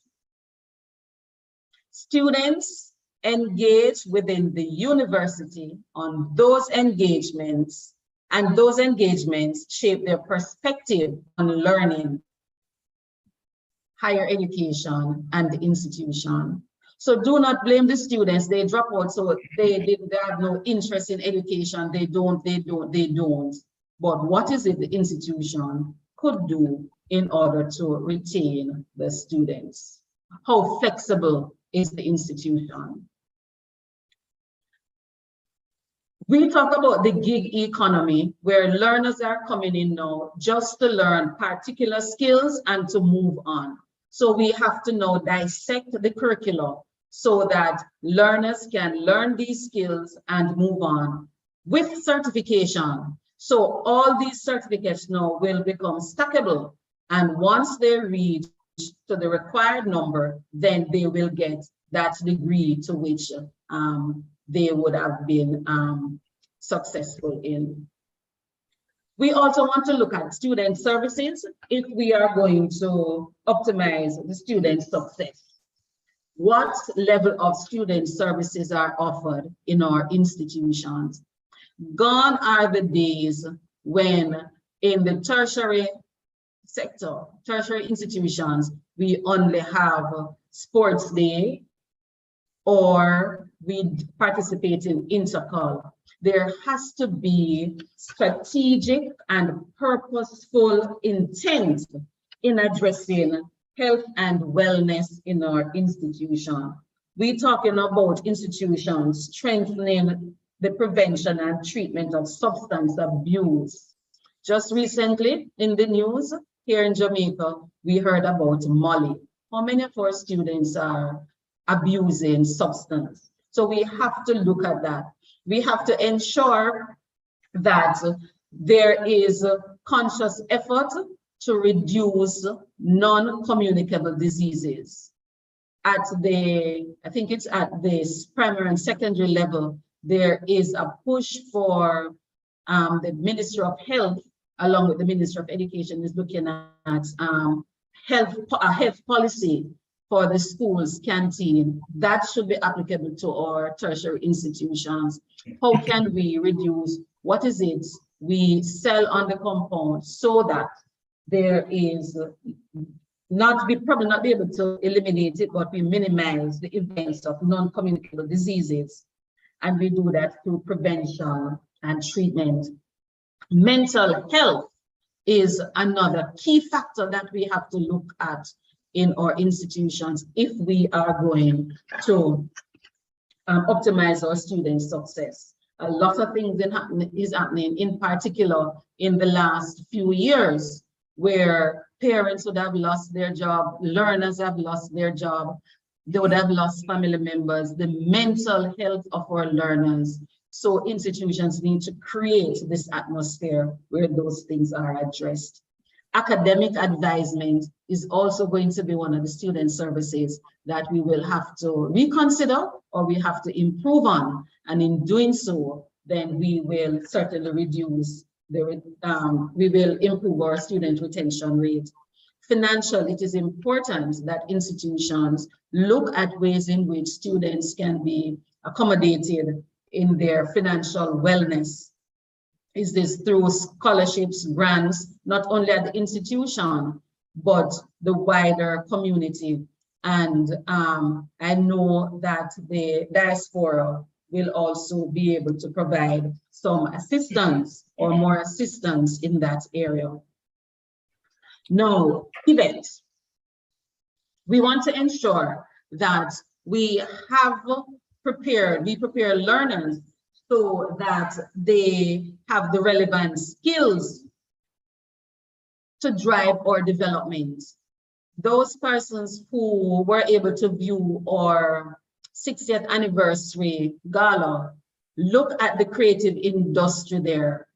How are we capitalizing on the creative industry? How are we capitalizing on our technical and vocational education and training in our institutions so that our learners can maximize how they create employment for themselves, even if they do not want to go and work for someone?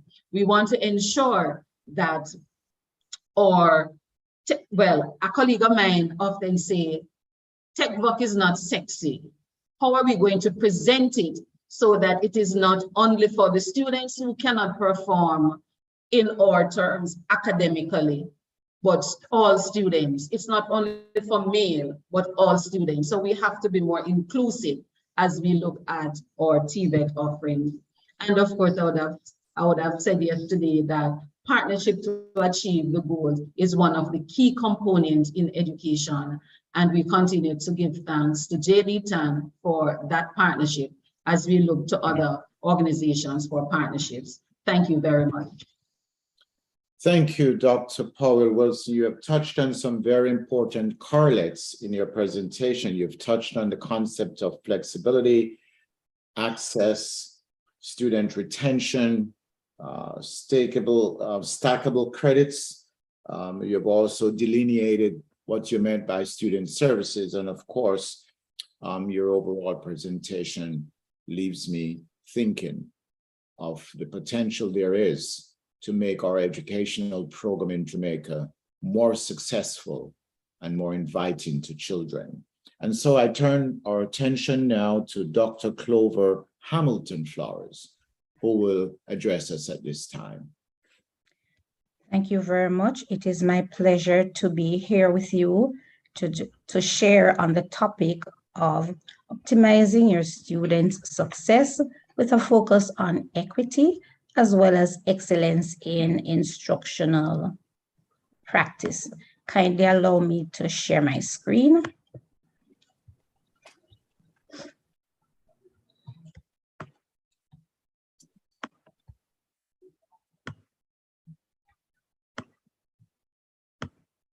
Okay, please let me know if you're seeing my screen clearly. Yes, we are. Okay, thank you very much. In getting us started, it is important for me to invite us to look at a particular context. And this context has to do with the vision for Jamaica. I'm not too sure how many of us would have taken some time to look at the vision statement for Jamaica. Oftentimes we would hear Jamaica is this place, of choice for us to live, work, raise families, and do business. But I would love to take us a little beyond that, to pay keen attention to an explanatory note that is a part of this vision statement. And it points us to something about Jamaica that is very, very important. It talks about from the bustling townships and cities to the airy countryside. We are a people of tremendous God-given talent and potential. Notice I've underlined God-given talent and potential, but also out of hardships, we remain strong and deeply spiritual. What place are we talking about? It goes on to say, Jamaica, an island gem basking in brilliant sunshine, and we can complete the rest of it. If we're saying that this is the vision for Jamaica, are we saying that this vision is for adults only? No, we're saying this vision is also for our children. The early years, right up, my focus will be on primary and secondary education.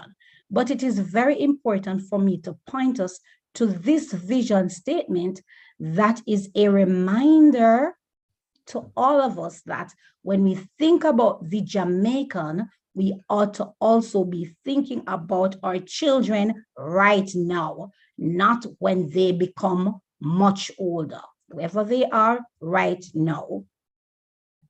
This therefore is saying to me, we need to start somewhere. And we need to start and pay attention to something about our learners as a way of helping to reach them, as a way of helping them to be successful, given this vision. So I was actually drawn to the national pledge. Before God and all mankind, we oftentimes have our children saying this, I pledge the love and loyalty of my heart, wisdom and courage of my mind, strength and vigor of my body. So the starting point must be for us to prepare a comprehensive profile of our students. That profile should be based on data from multiple sources. I know oftentimes we will take data from just national assessment or classroom assessment that would have been administered by our teachers. but no, for us to develop a comprehensive profile of our children, of our learners, it is important for us to get the data from different sources. And we must pay attention to body, soul, and spirit. We must pay attention to the whole person. This is saying to us that our learners come to us with particular attributes, and we ought not to, in profiling them, be focusing our attention on just the negative. We ought not to be just saying, oh, these are the gaps and we're going to be treating the gaps. We must also recognize those positive qualities that they come to us with, because if we're going to help them to be a success any at all, then they must also recognize who they are, and they should know that they come with particular attributes that will help them to be a success. So as a part of this comprehensive profile, we must pay attention to different dimensions of self. So we ought to bring to the table values and virtues that they come with, values and virtues that they will need to pay keen attention to develop as well.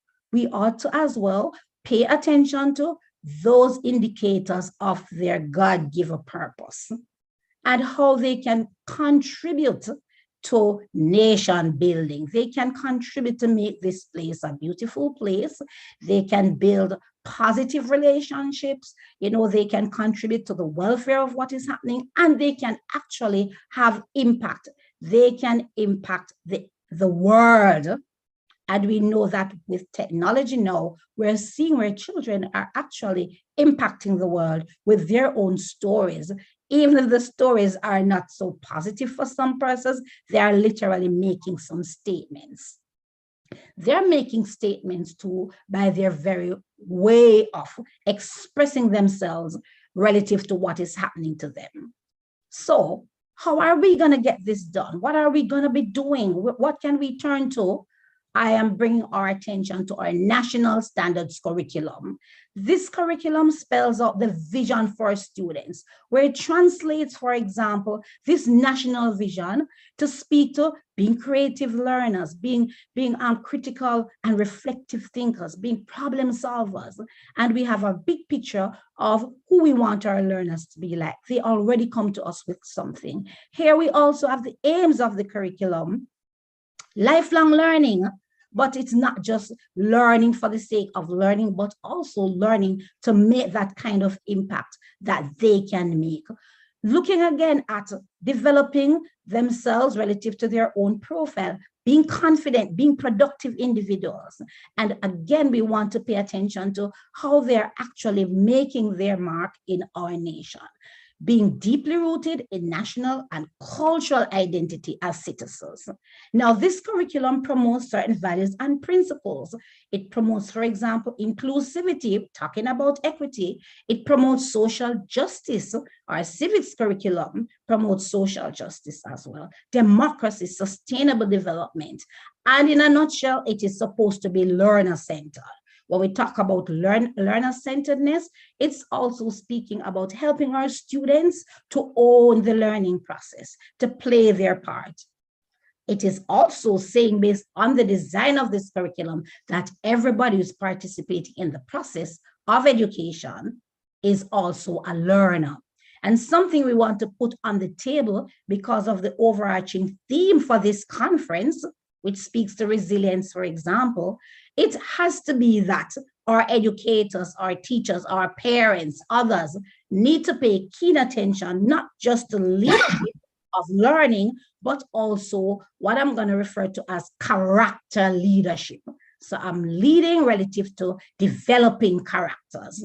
When it comes to competencies, we want to remember that the aims of the curriculum would have been translated into some competencies, 3 broad competencies: thinking and learning skills. So we're exposing them to how to learn and how to think, how to apply their thinking. We're paying attention to personal skills, empowering them for life, so that they can make particular decisions, wise decisions. And we're again looking at civic identity, the Jamaican culture and heritage. Now, this curriculum makes use of subject areas, different disciplines, but they operate as experiential and problem-solving contexts. So if I take us a little bit further into how we are to be translating this curriculum, it's actually that we're expected to design what is called developmental inclusive pathways.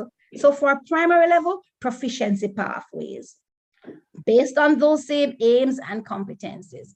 At the lower secondary level, we're promoting alternative pathways to secondary education. And these experiences are to serve as the basis for our children to be able now to make a decision at the upper secondary level as to what career or occupational pathway I will embark on. So all of our children, all of our students from grade 1 right through to grade 9 should be exposed to 4 broad categories of the National Standards Curriculum. The exploratory core areas, these areas are based on the classical disciplines. They do the math, the science, the social studies, the languages. But this curriculum is also promoting creative expressions. All of our students come to us with some kind of talent, and that talent needs to be developed. We're also paying attention to enrichment windows, opportunities to tap into values and attitudes in an intentional way. And we're also paying attention to problem solving through work-based learning. And that's where our resource and technology comes into play. And this is primarily speaking to vocational learning. Now, we also have a curriculum for those children with special education needs. And this curriculum is designed for those learners with moderate to severe disabilities. It promotes learning through the senses, nurturing the whole person, collaborating with parents and other stakeholders, ensuring that there is provision for special accommodation based on assessment, and also opportunities for them to learn through projects, literal projects that contribute to development, self-development, the development of others, their space, as that context would see fit. Now, to implement the curriculum, steps are taken to ensure that frameworks and models and guidelines are provided for learner-centered practice. Curriculum implementation teams are to be in our schools. There are to be communal reflections. Teachers are to be reflecting together. They are to be planning together. And this should be a part of the schedule based on sample schedules that we would have provided.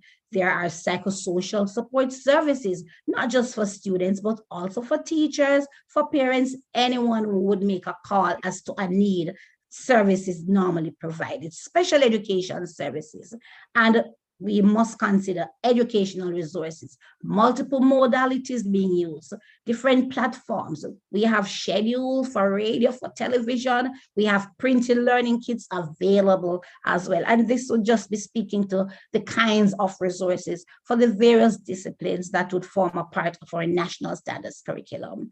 Now, if we're going to be helping our students to be successful in terms of the aims of the curriculum and the competencies identified, we have to look at some changes that we need to make. So right now we're seeing some disconnect between the philosophy of the curriculum, its social and its psychological basis, as well as the practices that come into the context. So we want to look again at how are we operating relative to our own practice, not just as leaders, not just as teachers, but also as parents or some other interested partners. We're looking at learner-centeredness. If we're not careful, it's activity-rich lessons, but the critical reflection is not taking place. So we want to be promoting, for example, learners as producers of knowledge, not just consumers. We want to look at curriculum as experience, not just being isolated from co-curricular experiences. We also want to look at technology, not just as the products that we're making use of, but processes. And we have to move away from instruction just being content that is divorced from context, from people, from purpose, from process. So let's harmonize in terms of some of the concepts that are laced, you know, based on the overarching theme we're looking at. Optimizing, we want to be creative and effective in using the resources available to us. So that's how creativity is going to be developed. We want to be paying attention to student success by looking at the whole person. The vision speaks to the whole person. We want to be more inclusive. We want to be ensuring that even in catering to the needs of our students, we're taking them back to purpose. They need to know the purpose for their education and how we are playing our part to help them to fulfill that purpose. When it comes to excellence, we want to ensure that there is alignment between standards and the things that we actually do. And when it comes to our instructional practice, we want to move away from the mere technicalities of what we do to focus a lot on our own learning, not just learning for our students, our learning, as well as character leadership. So let's consolidate. The developmental pathway approach ought not to be just for our students, but also for ourselves, because we are going to be learning for life based on the aim of the curriculum. When do you stop learning? You learn for life. So as learners, we're paying attention to what you believe, we're paying attention to how you see yourself, we're paying attention to your profile, we're paying attention to roles and responsibilities. As educators, as teachers, other stakeholders, we have to examine what it is that we actually believe about people and learning, and also look at how that belief is being translated in the things that we do. And where we're seeing disconnect, we must actually treat those. So I'm proposing first quickly a framework as a boundary, just some boundaries for our practice. Always pay attention to purpose. Connect the purpose for which our students are being educated to their gifts, to their talents, their experiences, the attributes that they bring, bearing in mind that every one of us, we're not here by chance. We want to pay attention to the fact that we must complement principles, bring principles together from different disciplines. Don't isolate spiritual virtues from moral virtues. Don't isolate the technical concepts and standards from those things that are concerned with matters of the heart. In working with our students, we have to pull on these principles with everything that we're doing. Problem solving is key. We will always be bombarded with problems.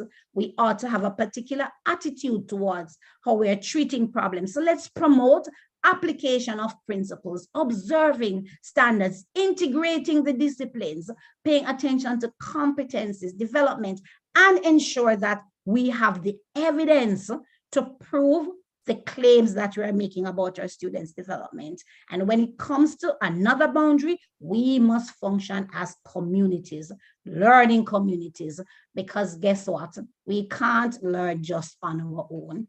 So in a nutshell, here is a scenario. This student who was written off by some persons actually had a hobby. And this hobby allowed this student to get in an online space, connect with people across the globe. This student was actually having conversations at age about, say, 10, 12, 10, thereabout, yeah, connecting with people in the professional space, sending our work to people who are professional in the areas of art and technology. And here she's speaking to what motivated her to create this art piece. And it had to do with just looking at an image of a tiger. In shaping her story, which is also online, in shaping her story, it just jumps out at us to say, look at how many things can come out of just having this hobby and making use of it. Language development, the creative expression, applying the scientific principles.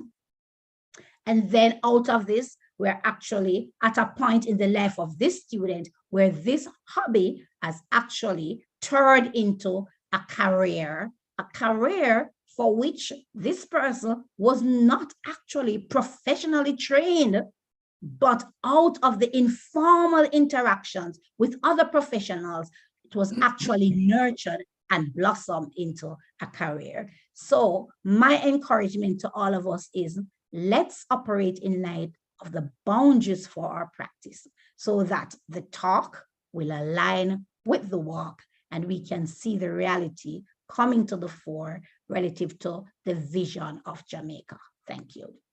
Thank you very much indeed, Ms. Hamilton Wilson. I think we will now turn to the question and answer comments. So I'd like to turn over to Mr. Bennett to see whether he could harvest some of those questions, which undoubtedly lie in the chat for us. Thank you so much, Doc. Just a quick minute, sir. Could we unshare, please, so we can get to spotlight? Please unshare the thank you. Okay. Go ahead, sir. Yes, it's interesting that this section, persons were so glued to what was happening, to the fact that we didn't get much questions, but we got comments saying that presenters were excellent, on point, agreeing, and so on. So I'm going to see if I can frame some questions that will cause our panelists, or our presenters rather, to expound a little more. So, Mr. Bennett, while you do so, I have a question in hand that I'd like to present to the panelists, and I'd like to invite any of them to respond. We talked about optimizing your student success through equity and excellence in instructional practice. What does student success look like in your particular context?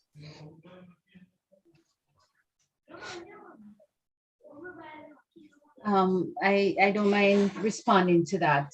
Student success is going to always be measured against the global competition, whatever is that which we are competing with within that field.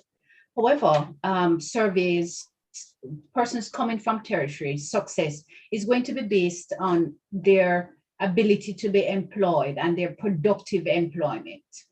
The surveys suggest that future employment skills are really more focused on the interpersonal adaptiveness of the individuals, that the workplace is more concerned about self-awareness of their employees and the self-management, and that their success coming from tertiary is really, and excellence is going to be dependent on their ability to manage self, to understand self, to be a team player.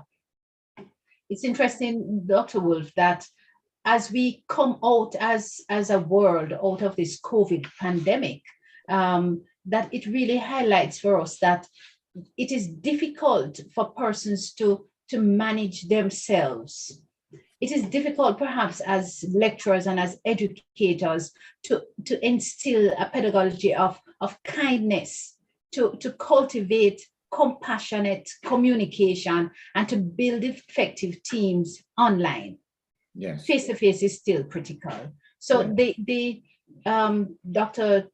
Pauline Wilson spoke of stackable credentials and the need to build on competence. Mm-hmm. Again, I support and agree with her, as I do with Dr. Flores' position that the constant improvement is what is going to make the difference for our students, that our educators have to get these skill sets available to them through professional development sessions to make success different and effective for our students at all levels.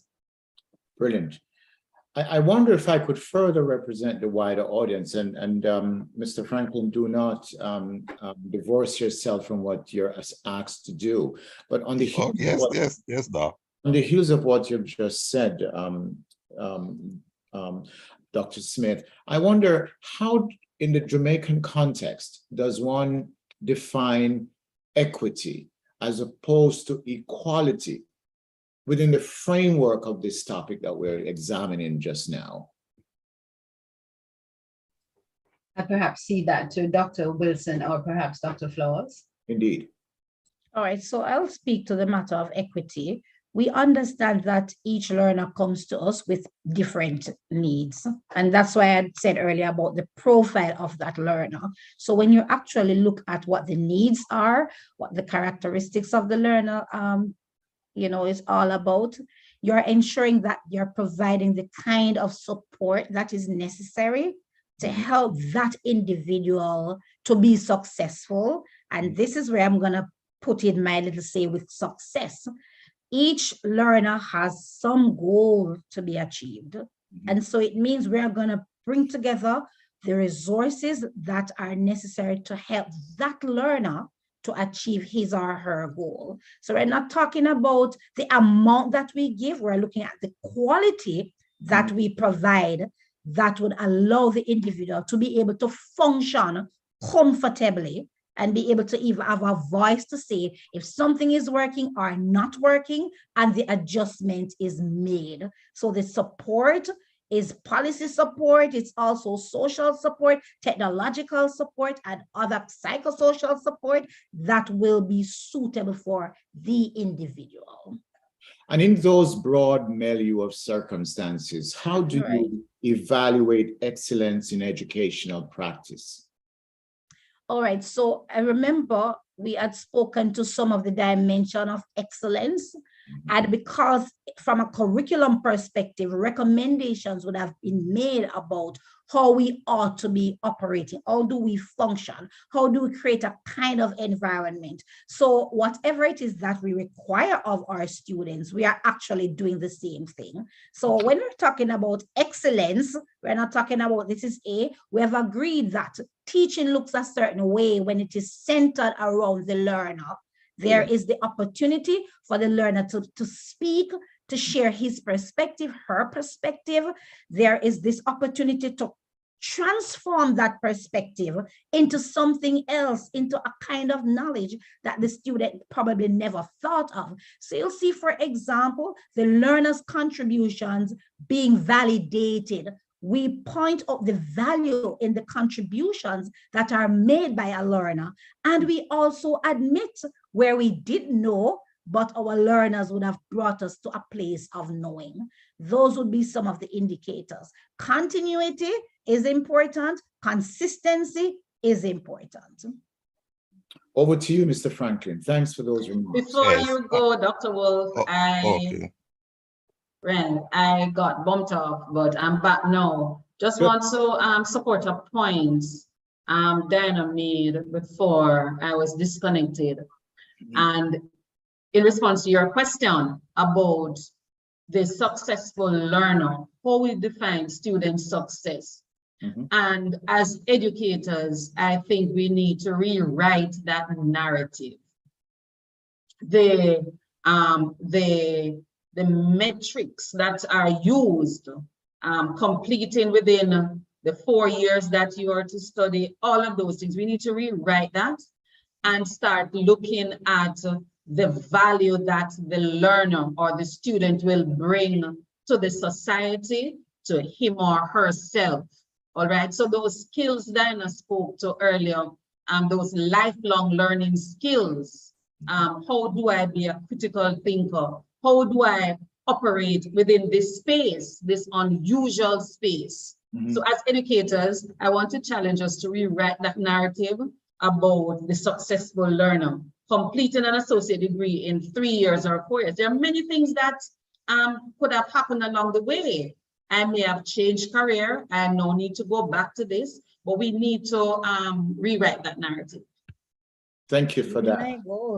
Yes, and finally from this end, this session really wraps up all that you have been talking about. But when we listen, especially to Dr. Flowers' presentation, supported by our other speakers, Dr. Diana and Dr. Powell, it appears as if there is a successful roadmap for achieving student success in Jamaica.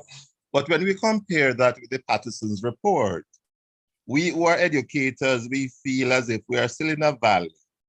Is there a disconnect between how we assess our students to measure success and what obtains and what is obtained in terms of what we should do? I'm throwing that out to Dr. Flowers and the others. So we understand that assessment can indeed be a monster, because when you look at high-stake assessment, there is the tendency for us to focus on, if you're not careful, some narrow skills And then we would use that to paint a picture about our learners. Yet we would notice in the marketplace that persons are actually seeking for individuals, for students who are ready to learn. I would want us to revisit how we look at assessment and look at it from this perspective. Assessment as also a problem situation and how our students actually handle that problem situation. But also look at the fact that our curriculum is promoting assessment to be also a process for learning. So what do we do with the information that we get, having used assessment under controlled conditions that are not necessarily allowing for our students to demonstrate the kinds of creativity that they have and the kinds of dispositions that they would bring to the table, the values that they bring to the table. And I think that's why at the tertiary level, for example, you would ask for more than just exam results. Some persons are asking for portfolios of evidence of engagement in community life, you know, as to other attributes that students will bring to the table. And that happens in the international space as well. And if I might also support Dr. Flores, certainly they need, and Dr. Powell's position, that there is certainly a need to revamp aspects of our education system. The assessment is one of those areas that we must look at because when we seek always to measure students against the international expectations and not being mindful of what our local challenges are, we are not creating confident individuals. At the end of the day, we are saying to them that they are perhaps less than, for want of better terms. So yes, there is indeed a need for us to revamp so that persons leaving institutions are measured on their life skills. They're measured on their ability to be a good team player. They're measured on their ability to be a good contributor to their community in areas that their community needs. Sounds to me that you're saying, all of you are saying that greater credence could be given to criterion reference assessment and not only to norm reference assessment, as has been the tradition in Jamaica. What a wonderful conversation this has been. I'd like to thank the designer of this 2 days of workshops and seminars for having the insight and the foresight in assembling such a wonderful team of panelists and presenters to stimulate our thoughts and inspire us to believe further in the potential of our great country of Jamaica. Ladies and gentlemen, it has been my delight to be with you, and I wish you all the very best. I'll now turn over to Dr. Demetrius, who has further comments for the rest of the afternoon. Thank you very much indeed. Good afternoon.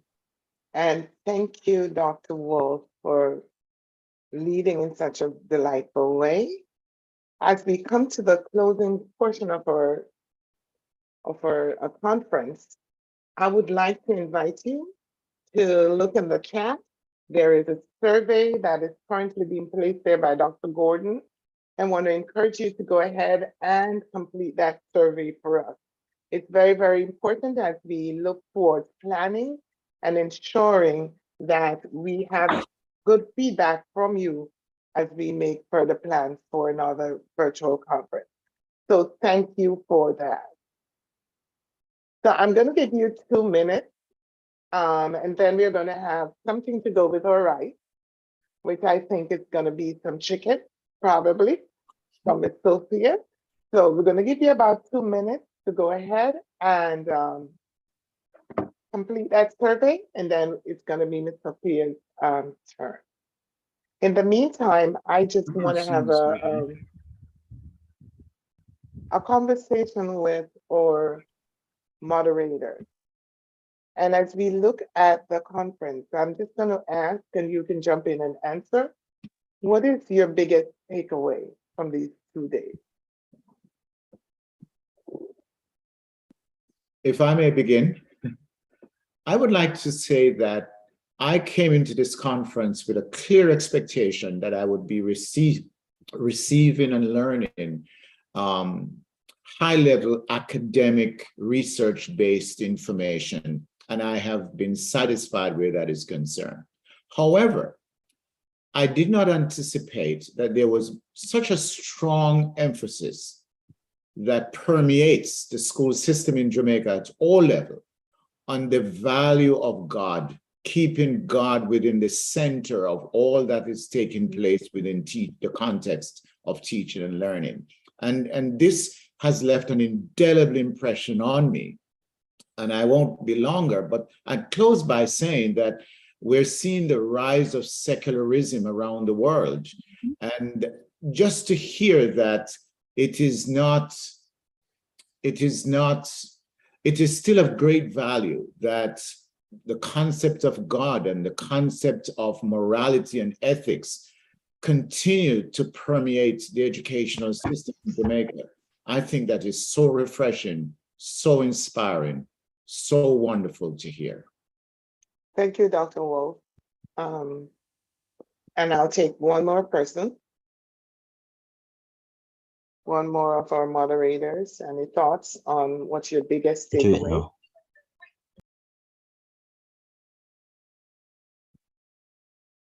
If I may. Okay, Ethan, go ahead. Yes, one of the biggest takeaway for me is the session hosted by Leslie when they talk about parental involvement. And what I find is that I don't think we tap into a lot of what we do have that is working for us. I think we are so focused on what is not working that we don't tap into what is working. One of the things we find in Jamaica, especially, is that parents take pride in taking out their children to early childhood institutions. We do not tap into that resource. We do not catch the parents there and start with them there. We want to correct it when they reach primary, when they stop coming, and secondary when they stop coming, because the children are basically let go at the primary level. But when at the early childhood level, I think we need to tap into that resource right there and start our parenting involvement at that level. It will transition into the primary because the parents, of course, will see the impact, and it will transition also into the secondary. So I don't think we are focused on what is good. I think sometimes we focus too much on what is not working. Thank you so much for that, Eden, because I think too that what it does is, because we are so focused on the negative, we miss that whole lot of positive that we're supposed to be celebrating.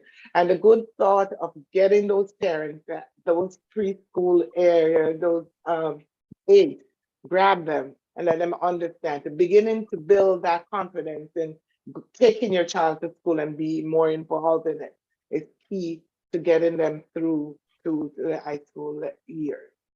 So thank you so much for sharing. Now I would like to present to you Miss Sophia Nicholson. Let me pin her so you can see her.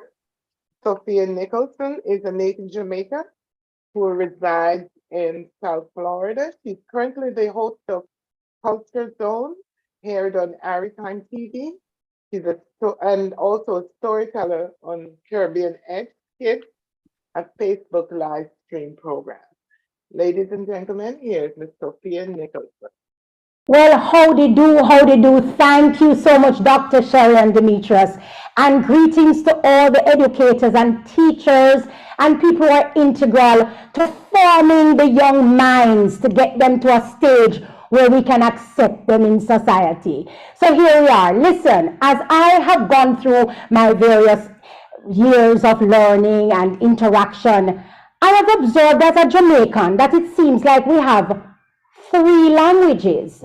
Many would say 3, but I know it's 3. So we have the English, the Patois, and it seems that we have English, which of course you have to make sure you add the H to that. That's another time, another subject. But right now, today, I am going to give you a little piece written by my dear Louise Bennett. Of course, we all know her as Miss Lou, who was an advocate for the Jamaican dialect and the Jamaican language, as we now proudly call it. And this was written, as we know, years ago, when it was a time when the language was taboo. And if you're caught speaking it, whoa, you get a little slap or you're asked to sit down. So in this instant, Miss Lou observed and she thought of writing this piece in order of our language. And it's titled Bands Are Killing by Louise Bennett. So, are you the man me hear about? Are you them said I take only per English oath said that you want kill dialect? Let me get it straight, Master Charlie, for me not quite understand. You going to kill all English dialect or just Jamaica one? For if you're equal up with English language, then you're going to feel inferior when it comes to dialect. For if you can't sing Linstead Market or Water Come on Me Eye, you will have to tap sing Old Lang Syne and Coming Through the Rye. That's the language where you're proud of, where you honor and respect. Poor Master Charlie, you never know so that it spring from dialect. That them start 10 language from the 14th century, 500 years gone, and then got more dialect than we. You have to kill the Lancashire, the Yorkshire, the Cockney, the Broad Scotch, and the Irish Brogue before you start killing me. You will have to get the Oxford Book of English verse and tear out Chaucer, Lady Grizzel, and Shakespeare. When you don't kill wit and humor, when you kill variety, you will have to find a way to kill originality. And Master Charlie, I know you'd read them English book up on your shelf. For if you drop a H, you might have to kill yourself. Aye, aye, aye. Thank you. Thank you, Ms. Sophia. Thank you so much for bringing that meat on our rice today. Thank you. So What? beautifully said. What You know, good? she said, walk good. You know, I had a conversation with her yesterday and I said, you know, I love the dialect. Speak it, do everything else with it, but to read it, give me a hard time. So I probably need a little bit of tutoring from her with that. So, well, thank you. So my task in the next 2 or so minutes is just to close us out. Ensure that you did your survey. I've asked Dr. Noel to go ahead and drop it in again for us. But I just want to take a few minutes to say thank you. This has indeed been 2 days of learning. It involves sitting, listening, analyzing, thinking about how do I take this back into my workplace? How do I take this back into my classroom? And so on Monday, we heard from Mr. Leo Gillen, Chairman of the JD-TAN, Mrs. Maureen C. Dwyer, Acting Permanent Secretary, Minister of Youth and Education, Mrs. Winnie Berry, National College for Educational Leadership, Mr. Winston R. Smith, President, Jamaica Teachers Association, Dr. Diana Davis Smith, President, Catholic College of Mandeville, Dr. Donna Powell Wilson, JP, Executive Director, Council of Community Colleges of Jamaica, and Mrs. Carlene DeGrasse Deslantes, Executive Director, Early Childhood Commission. I know yesterday we expressed our thanks to them, but today we just, as we close, we want to let them know how much we appreciate their presence and their continued support. I would also like to take a time and say thank you to the members of the planning team. And I say that because this was a collaborative effort. And what I learned from this is the rarely true meaning of collaboration. Because we not only had folks here in the United States planning, but we had a team of individuals from Jamaica who met week by week to ensure that this conference was properly planned and implemented. Thank you. Your names are so much to remember right now, but thank you for doing a great job and helping us create this conference. To the session moderators, thank you. During your session, you exercised with class, flexibility, and wit as you move through each session. Thank you for making this experience meaningful. And to our panelists, thank you for the research you did. We know you didn't just come on and delivered. You did a lot of research, deep thinking and thought, and putting those PowerPoints together and your thoughts together. Thank you for sharing and for doing that great work. For all our participants on Facebook and on YouTube, thank you. You made this more meaningful. Encourage a friend, encourage a fellow teacher, encourage a fellow teacher leader, encourage a fellow administrator to go back and look at this recording so that they can benefit as much as you have. Hearing something is. And as you leave, I want you to use the knowledge that you gain over these past 2 days to influence your thoughts and your actions as you move into the 2022-2023 school year. Thank you, Dr. Noel. Did it all. What can I say? You did an excellent job. So thank you. You know, I just, on behalf of the team, I just like to, you know, reiterate what you said a while ago, Dr. Sherian. It was a collective effort. We'd like to thank again the committee. Great job you did. All the speakers, weren't they all amazing? I'm even hearing the cock crowing in the background. Can you hear the cock crowing, Dr. Meaches? I hear it. So thank you all.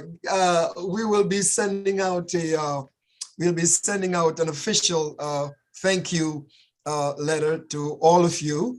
But in the meantime, God bless you. We usually close out with a benediction. May the grace of our Lord and our Savior Jesus Christ, the love of God, the full fellowship, the Holy Spirit, the Comforter, rest, remain, and abide with us all.